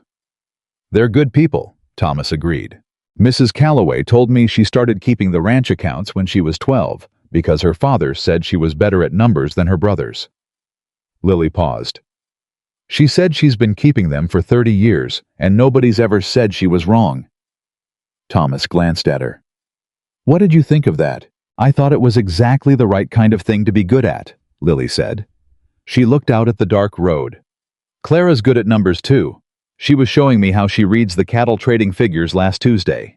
Thomas had known about the Tuesday visits Clara had started bringing Lily with her to the Ballard property on the days when Lily didn't have school, and they'd begun a habit of sitting together in the early afternoon while Thomas was on the land going over figures and letters and whatever else Clara had decided Lily needed to know that week. He hadn't asked for it. Clara hadn't asked permission. It had simply begun organically and completely the way things began, when two people were both paying attention. He'd watched it from a distance and felt something he couldn't name precisely. Something that sat in the chest, like warmth, or like the particular ache that came from wanting something so long that even when it arrived, you weren't sure you trusted it. "She's a good teacher?" Thomas asked. "She doesn't teach like a teacher," Lily said. "She talks to me like I'm someone who needs to know things because the things are worth knowing. Not like I need to learn them for a test or to prove I'm smart." She considered this. "It feels different." "Different how?" Lily thought for a moment. "Like she's showing me the door instead of telling me what's behind it." Thomas drove in silence for a while. The stars were very clear. The cold was the clean kind, not the mean kind.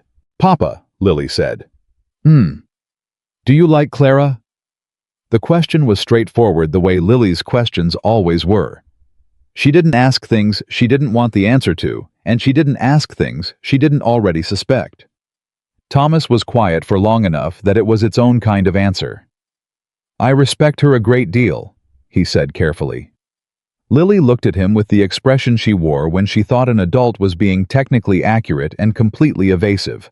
"That's not what I asked," she said. Thomas kept his eyes on the road. "I know." Lily turned back to looking at the stars. She didn't push it because she'd gotten what she needed, which was the fact of the pause itself. After that, she didn't bring it up again for a while. December arrived, and the Ballard operation moved into its first full winter running, and Thomas threw himself into the work, the way he threw himself into every season completely, without holding anything back. There was always more due than there were hours for doing it. The cattle needed constant attention in the cold. The workers needed management that was firm without being harsh. The records Clara required meticulous detail, the kind she could bring to a bank or a court or a board meeting and have them speak for themselves, needed maintaining every evening when Thomas was already tired and would have preferred to be done. He maintained them anyway, because they were important, and because he had said they would be done, and because a man who didn't follow through on the things he said he'd do was not the man Thomas Carter had spent 40 years trying to be. Clara came to the Ballard property 3 times a week now, sometimes 4. She had moved out of Agnes Pruitt's boarding house and into the Ballard house itself, a practical decision about proximity to the operation, which was what she said it was, and was also clearly what it was, with no subtext that Thomas could find in it that he trusted himself to read accurately. Agnes Pruitt, for what it was worth, had told Thomas privately that she was going to miss the morning conversations. "She's a good woman," Agnes had said. "Sharper than most men in this valley, and better mannered about it, which must cost her something." Thomas had agreed. It was on a cold Tuesday in December, 3 weeks before Christmas, that everything shifted in a way nobody had planned for. Thomas was at the Ballard house going over the month's cattle figures with Clara when Eli Granger knocked on the door and came in with the particular expression of a man bearing news he hadn't decided how to carry yet. "Got a visitor at the gate," Eli said. "Eleanor Hartwell." The room went very still. Thomas looked at Clara. Clara set down her pen. "Alone?" she asked. "Alone," Eli said. "On foot, actually. Left her horse at the post. She doesn't look the way she usually looks." That was enough. Thomas stood up. Clara was already at her coat. Eleanor Hartwell was standing at the gate of the Ballard property with her hat in her hands. Not metaphorically, but actually her good hat removed and held in front of her, like she'd forgotten it was there. She looked like a woman who had been awake for a long time.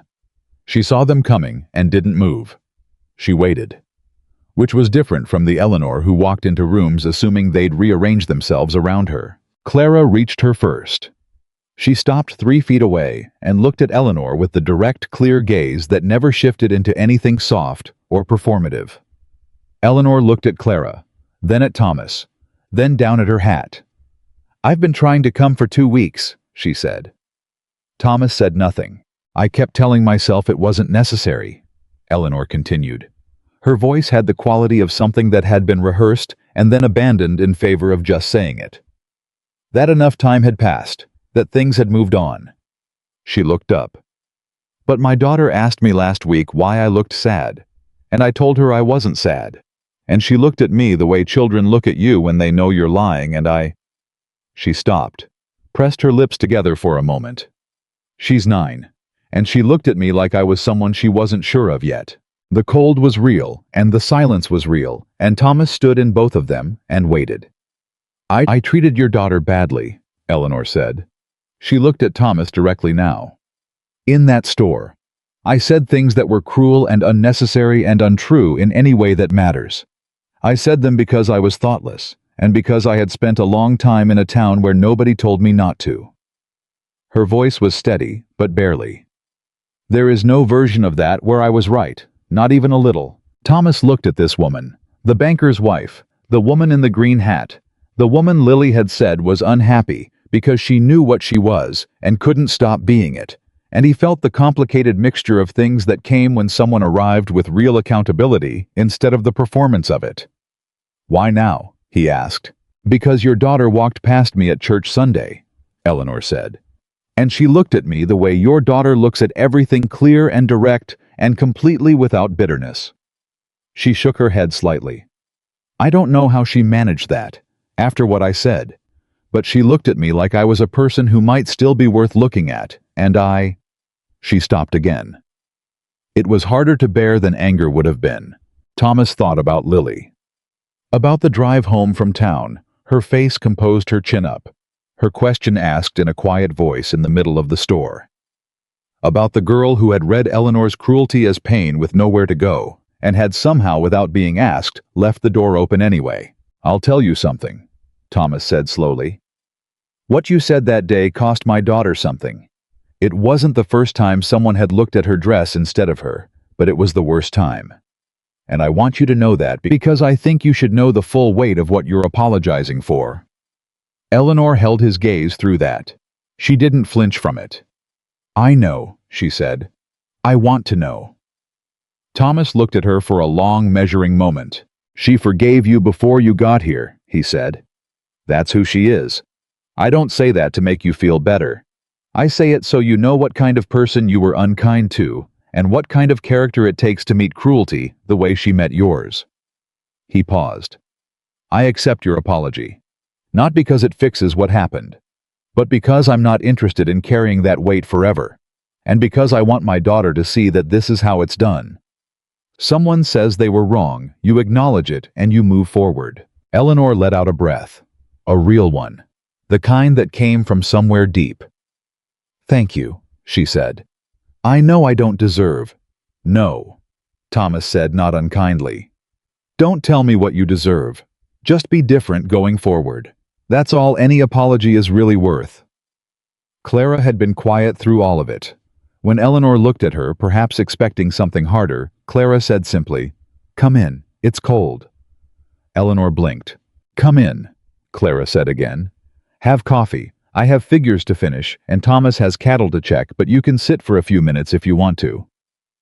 It was such a practical, unadorned offer that Eleanor almost smiled at the unexpectedness of it. She came in. She sat at the kitchen table with her hat in her lap, while Clara poured coffee, and Thomas went back to the figures, and they were 3 adults in a warm room that 2 months ago would have been an impossible configuration, and now was just what it was. After about 20 minutes, Eleanor said, "My husband could be useful to you." Clara looked up. "Not as a favor," Eleanor said. "I'm not offering a favor. I mean practically. James handles the commercial accounts for most of the operations in this valley. If you're planning to expand, and I suspect you are having a bank relationship that isn't adversarial, would be worth something to you." Clara looked at her steadily. "Why would your husband want a relationship with my operation?" "Because you survived Harrington's interference and a Wyoming blizzard and came out with more cattle than anyone else in the valley," Eleanor said.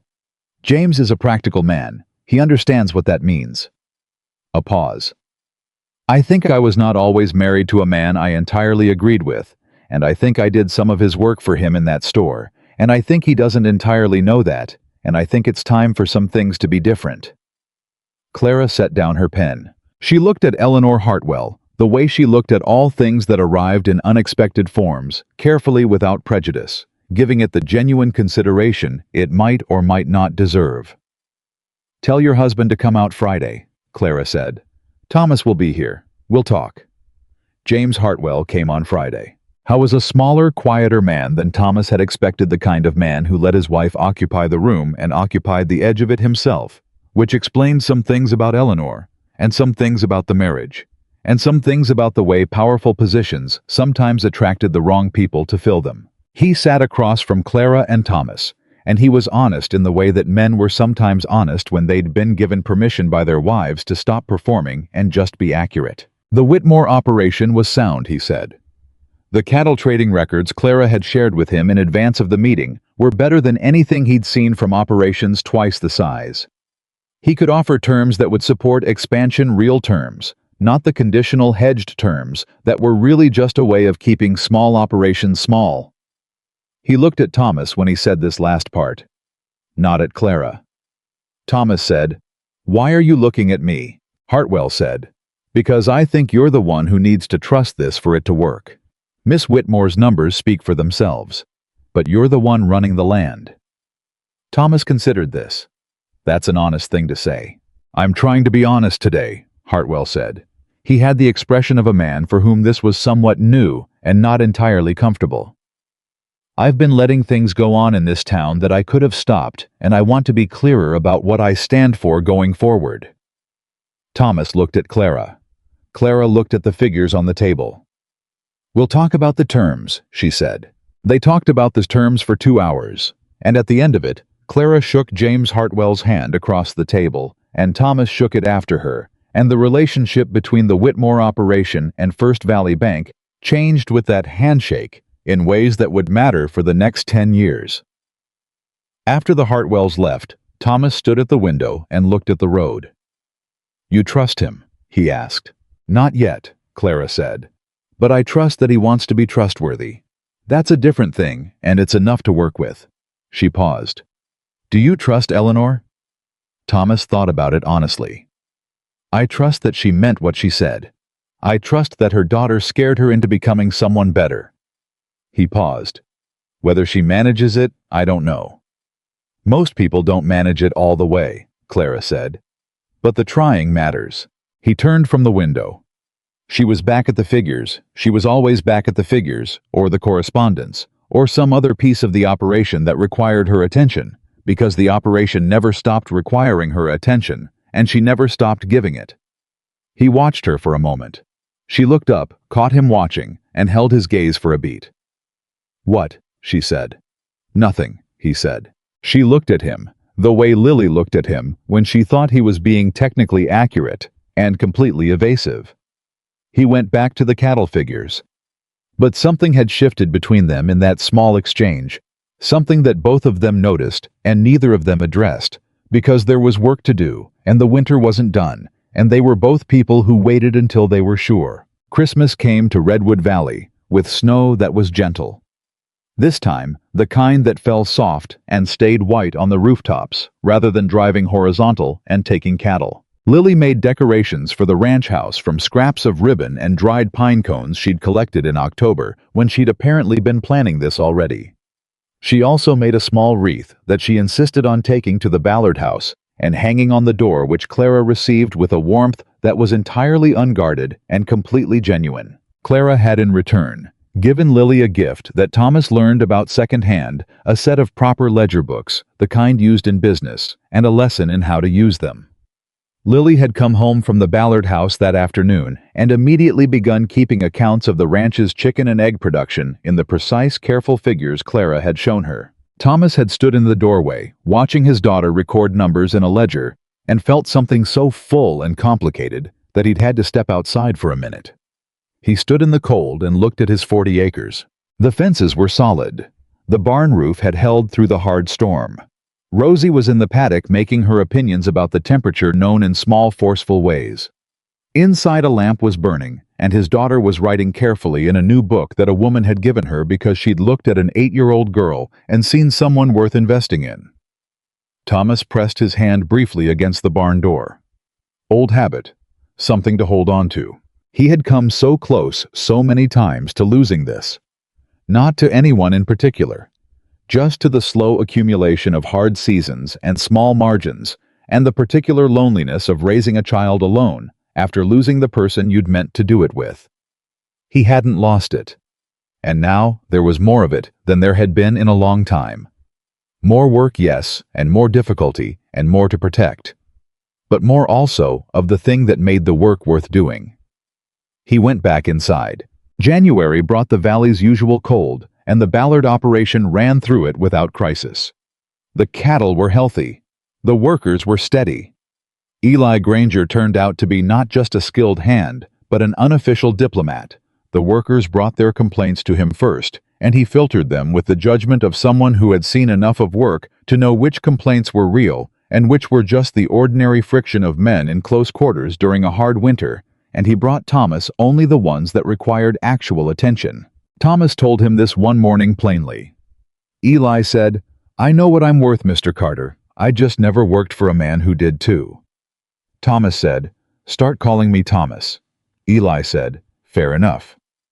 It was in late January that Pete Dillard, the young man who had turned down Harrington's offer and come to Thomas instead, came to Thomas with a different kind of news. He knocked on the work-shed door in the early evening hat, in hands again, the same stance as the night he'd told Thomas about Harrington's approach.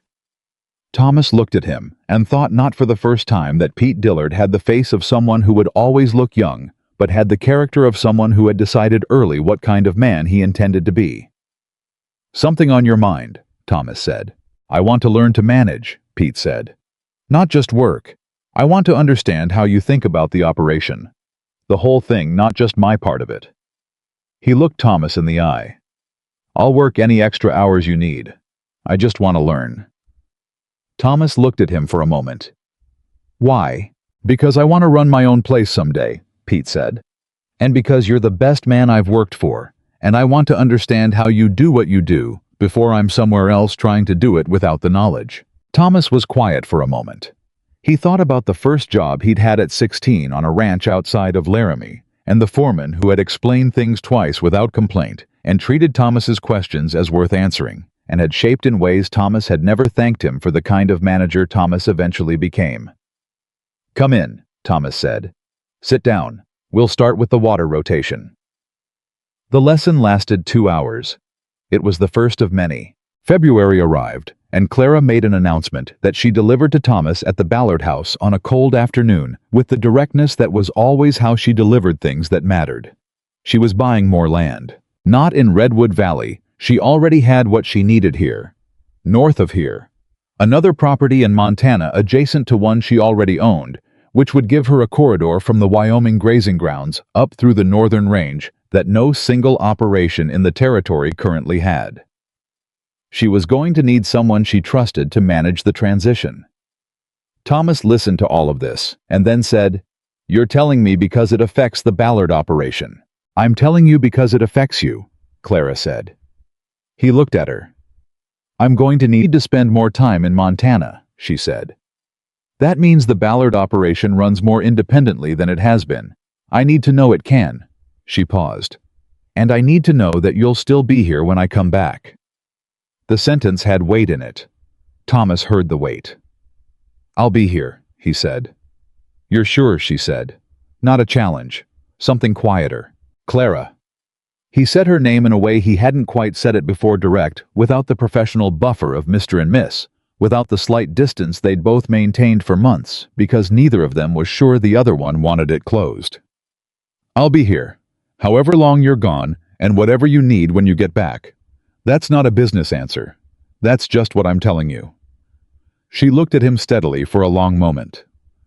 "All right," she said quietly. "Then that's settled." She left for Montana in the first week of March. Lily watched the wagon go from the gate of the Ballard house with her arms folded and the expression of someone processing a feeling she wasn't entirely sure what to call. "She'll come back," Thomas said. "I know she will," Lily said. She wasn't worried. She was just missing something preemptively the way you did when you'd learned that people you loved left sometimes, and you knew it was all right, and you still stood at the gate anyway. "Papa." "Yeah." "You should tell her," Lily said. "When she comes back, you should just tell her." Thomas looked at his daughter. "Tell her what?" he said. He said it like he didn't know which was the longest lie he'd told in years. Lily looked at him with infinite patience and something very close to affection, and shook her head slowly. "Papa," she said.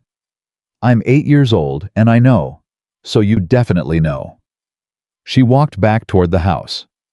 Thomas stood at the gate and watched the road where Clara's wagon had been, and felt the cold and the quiet, and the particular ache of something you'd been moving toward for months that had not yet arrived. He turned around and went back to work. The cattle needed checking. The figures needed updating, and spring in Wyoming came when it was good and ready, and not a moment before. But it always came. Clara came back on a Thursday. Thomas didn't know exactly when she was coming. She'd sent word from Montana 2 weeks earlier saying the land acquisition was finalized, and she'd be heading south before the end of March, but Wyoming roads in early spring were unreliable things, and timelines were suggestions more than promises. He'd stopped expecting her on any particular day and had gone back to the work, which was always there and always sufficient to fill whatever space he gave it. I was at the north fence of the Ballard property when he heard the wagon. He knew it was her before he saw it. He knew the sound of those matched roans, the particular rhythm of how that wagon moved when Clara was driving it herself, rather than having her young driver handle it. He didn't put down his tools immediately. He finished the section of fence he was working on, drove the last nail clean, tested the post with both hands to make sure it held. Then he turned around. She looked the same, and completely different. Same dark eyes, same practical clothing, same way of sitting a wagon seat, like she'd been born to it. But something in her face had changed in 6 weeks, some quality of lightness that hadn't been there when she left, like Montana had given her something back that she hadn't known she was missing. She pulled the wagon to a stop and looked at him across the distance. "Fence looks good," she said. "It held the whole time you were gone," he said. "Which it was supposed to." She climbed down without waiting and walked toward him across the hard ground, and he walked toward her, and they met in the middle, the way they'd been meeting in the middle of things since October. "The Montana property is going to work," she said. "Better than I thought. The corridor between the 2 ranches gives us winter flexibility we didn't have before." "Good," Thomas said. She looked at him. "How are things here?" "Good," he said again. She tilted her head slightly.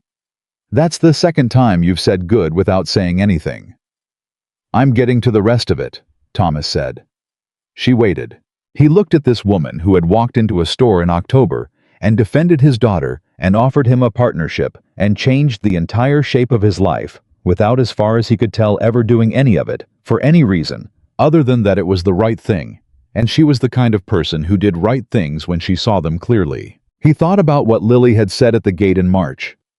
He thought about the months of almost saying and carefully not saying, and the professional distance he'd maintained with a discipline that had cost him more than he'd admitted.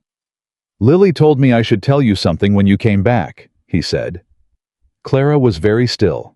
"She said she was 8 years old, and she already knew," Thomas continued. "So I definitely knew." He paused. "She was right. I've known for a while. I just wasn't sure I wasn't sure it was what you wanted." Clara looked at him for a long moment. "Thomas," she said quietly, "I bought land in Montana that is 6 hours north of here." She held his gaze. "And I came back in 3 weeks." He looked at her. "That should have told you something," she said. "It should have." He saw that clearly now. "I reckon it should have," he said. She almost smiled.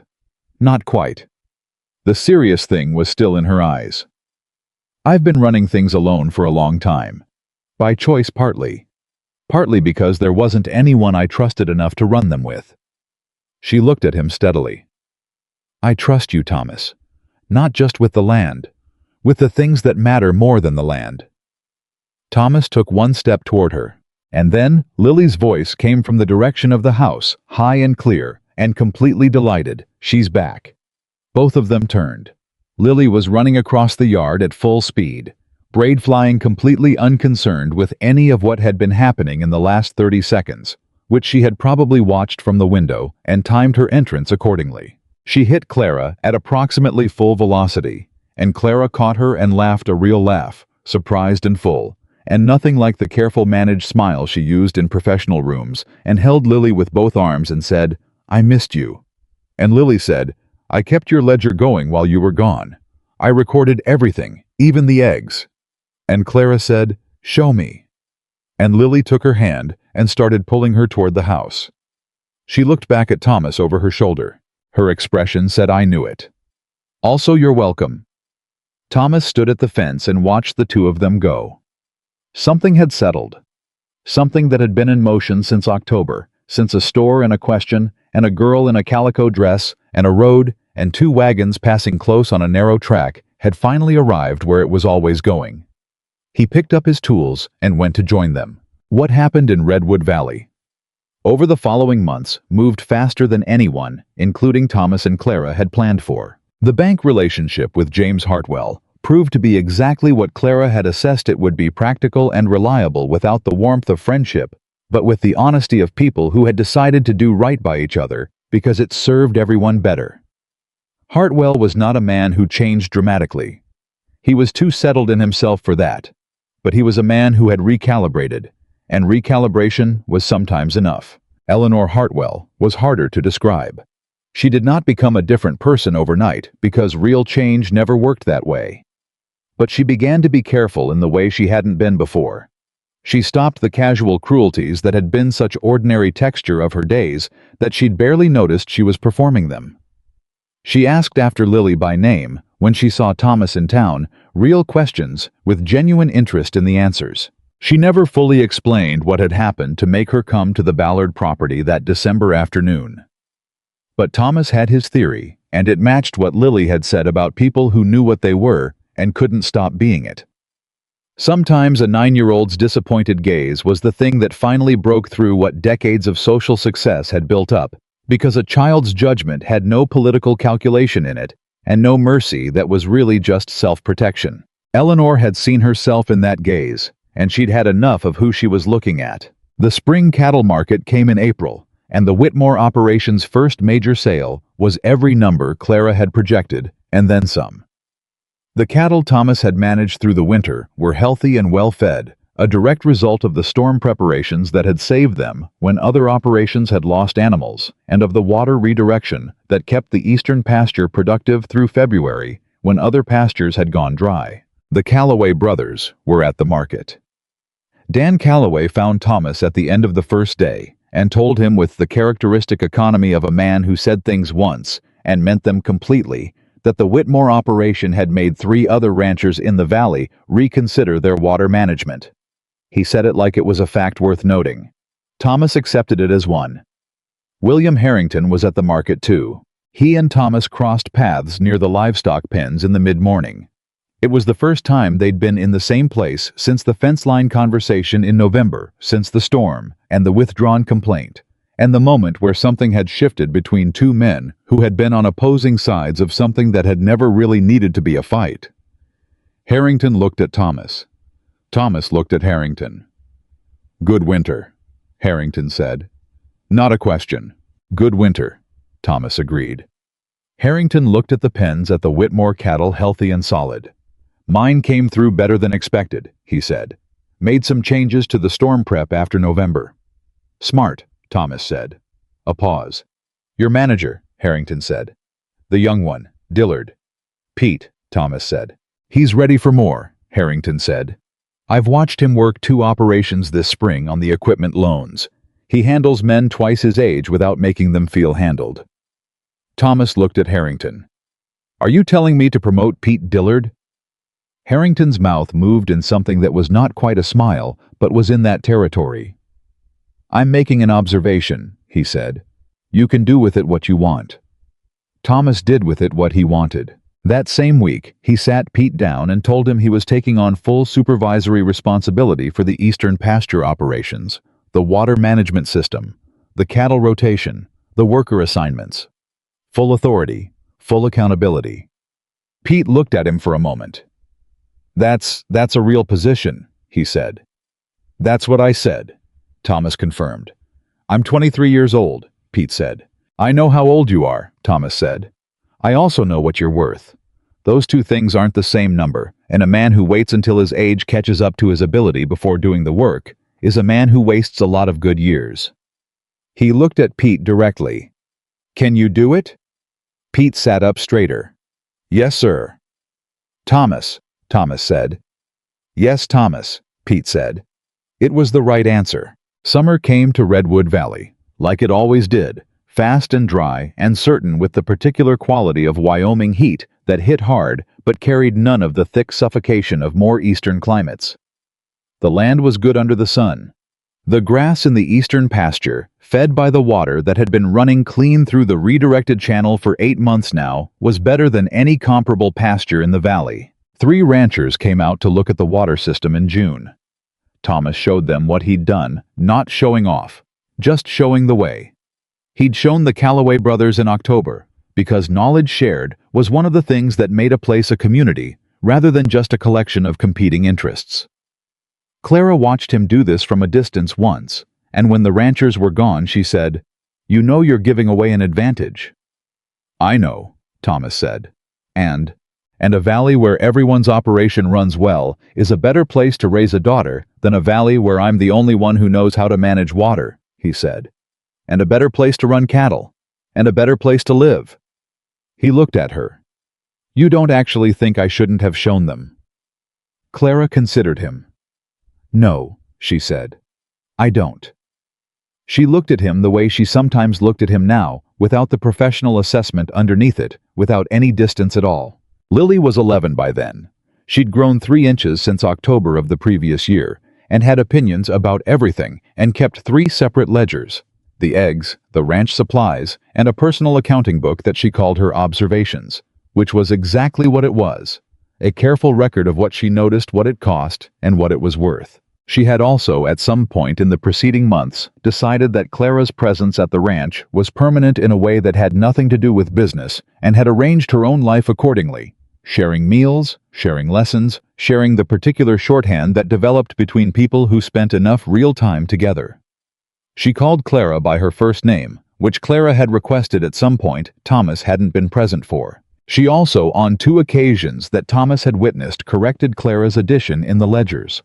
Clara had been correct both times that she was wrong, and had said so without embarrassment, which Lily had received with the satisfaction of a person who had been waiting to see if the rule applied universally. It was on a Sunday in late June, the kind of morning where the light came clean and early, and the whole valley looked like it had been set down fresh, that Thomas did the thing he'd been carrying since March.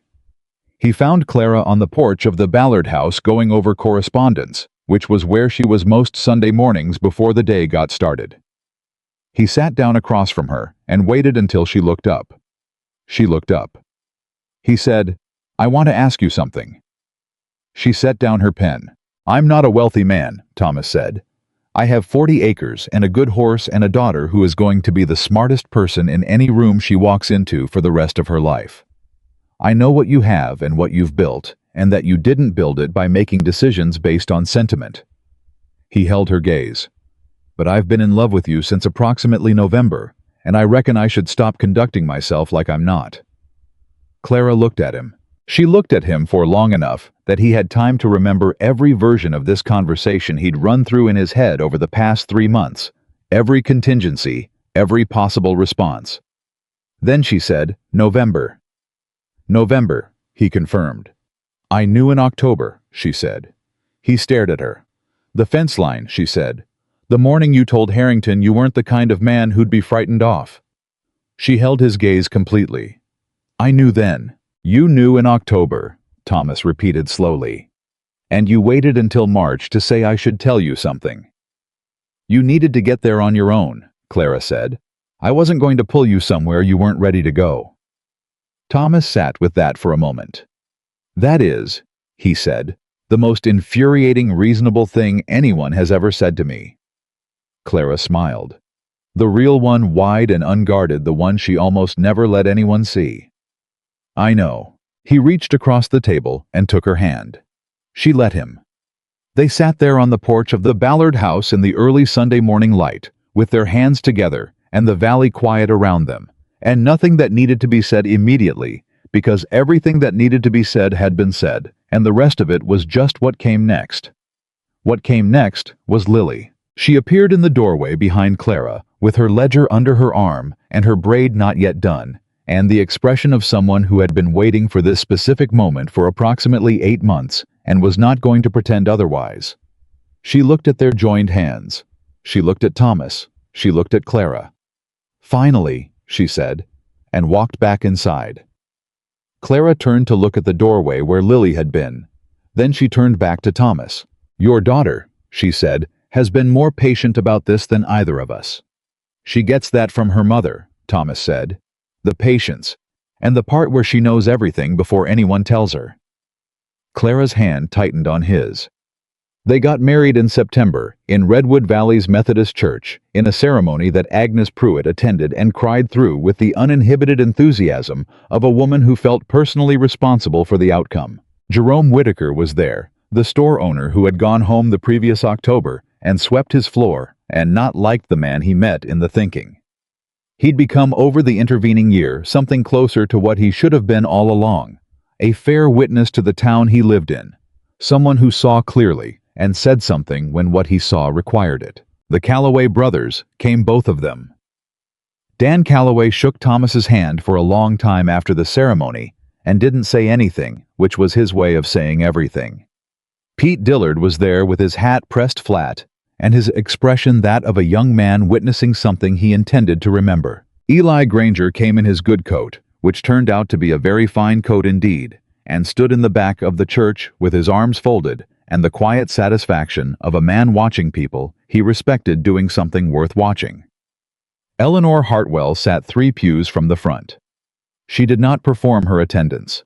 She just sat there and listened, and at one point Thomas, turning from the front of the church, caught her eye and nodded, and she nodded back, and that was enough. William Harrington sent a gift, a fine saddle well made with a note that said only, "For the best managed operation in the valley." No signature, but no one needed one. Clara stood beside Thomas in that church in a dress that was not elaborate. She had chosen it herself, characteristically for quality and practicality, rather than display. And she looked at him the way she looked at the things she'd decided fully and permanently, without reservation, and without the need for anyone else's confirmation. Thomas looked back at her and thought about all the things that had brought them both to this room, the hard seasons, the losing, the rebuilding, the particular stubbornness required to go on believing something was worth fighting for when the evidence was thin and the world was unkind. He thought about a girl in an old calico dress standing in the middle of Whitaker's general store, with her chin up and a question in her voice that the whole room heard. He thought about a wagon on a narrow road in October. He thought about fence posts and water rights and a November storm that told the truth about who had prepared and who hadn't. He thought about all of it and felt the full weight of it, not as burden, but as ballast. The thing that kept you upright. The thing that made where you were mean something because of where you'd been. Lily stood beside Clara. She was dressed carefully in the wool dress that Clara had helped her choose, not as charity, not as a gift, but as a decision they'd made together, standing in Whitaker's general store on a Saturday morning, where Jerome had greeted them warmly, and the bolts of fabric had been exactly where they always were, and nobody had laughed. Lily held a small bouquet and looked at the front of the church with the expression she wore when she was deciding what she thought about something important. Then she looked at Thomas. He saw her decide. She stood up straighter. And she smiled, the wide, unguarded one, the one she'd inherited from Martha, and had spent too long hiding in public because she'd learned too early that it made her vulnerable. She wasn't hiding it now. Thomas smiled back and thought, there it is. There is the whole of it. The years that followed were not without difficulty. No years were. The cattle business was never simple, and Wyoming weather was never predictable, and the expansion into Montana created new problems faster than old ones were solved, which was the nature of growth. But the Whitmore-Carter operation became what Clara had always designed it to be. Not the largest in the territory, but the best run. The kind of operation that other ranchers looked at when they were trying to understand why something wasn't working on their own land. The kind that good workers sought out because the wages were fair and the management was honest, and a man who showed up and did his work was treated like that meant something. Pete Dillard ran the eastern operations for 4 years before he bought a small piece of land of his own north of the valley and began building something that bore a clear resemblance in its structure and values to the place he'd learned in. He came back to Thomas the morning he signed the papers, and Thomas shook his hand and said, "You ready?" And Pete said, "I reckon I'll find out." Which was the right answer, and both of them knew it. Lily turned 16 the year Pete bought his land. By then, she was keeping all 3 operations accounts, the Wyoming ranch, the Ballard property, and the Montana corridor, with a precision that Clara's Cheyenne lawyer had once during a review meeting described as remarkable for someone of any age. Lily had thanked him politely and then corrected one of his own figures. He'd accepted the correction without objection, which told you everything about the quality of the figure. Thomas watched his daughter become the person she'd been becoming since the moment she was born. Slowly, steadily, with the particular combination of her mother's clarity and her father's stubbornness, and something entirely her own that neither of them had given her, except by being who they were in front of her for long enough that she'd absorbed it. She was not without hardship. No life was. She carried things she didn't show everyone the way people who had learned early to protect themselves carried things carefully, privately processing them in the pages of her observations ledger late at night when the house was quiet. Thomas knew this, the way he knew most things about his daughter, not because she told him directly, but because he paid attention, and because she was his, and he had been paying attention since before she could talk. I didn't push her toward openness she hadn't chosen. He just made sure she knew the door was there. It was always open, and she always eventually came through it. The old blue calico dress hung on a peg in Lily's room from the time she was 12 until the time she left for her own life. She'd asked for it specifically when they moved to the Ballard house, permanently had gone back to the Carter ranch, and taken it from the chest where Thomas had stored it and brought it with her like it was something that mattered. Clara had asked her once quietly why she kept it. Lily had looked at the dress for a moment. "Because it's where I started," she said. "And I don't ever want to forget that where I started didn't decide where I ended up." She paused. "But also because my father made it, with his own hands, with what he had. And that's the most valuable thing anyone ever gave me. And I knew that even when I was 8 years old standing in Whitaker's store trying not to cry." She straightened the dress on its peg. "Some people would have thrown it away. I don't understand those people." Clara looked at the dress. She looked at Lily. She didn't say anything because there was nothing to add. Thomas only heard about this conversation later from Clara, who told him in the quiet of an evening after Lily had gone to bed, told him simply without decoration, because that was how Clara told things that mattered. He sat with it for a long time. Then he said, "She's going to be all right."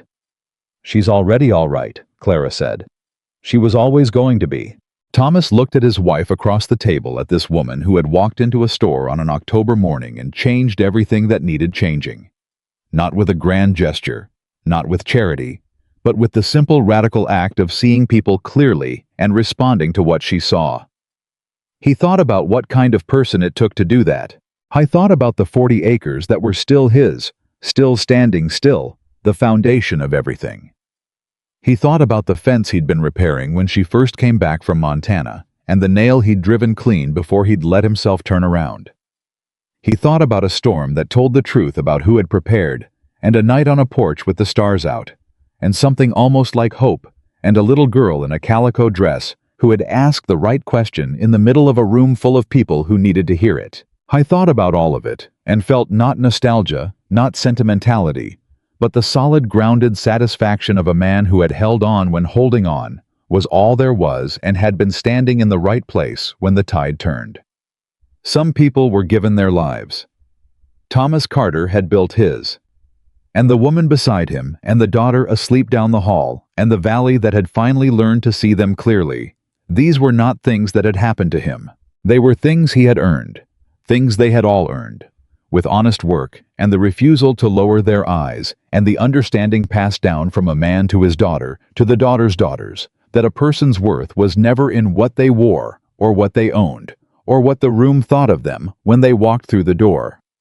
It was in what they carried inside, and what they chose again and again when it cost them something to choose it to do with what they carried. That was the whole of it. That was everything.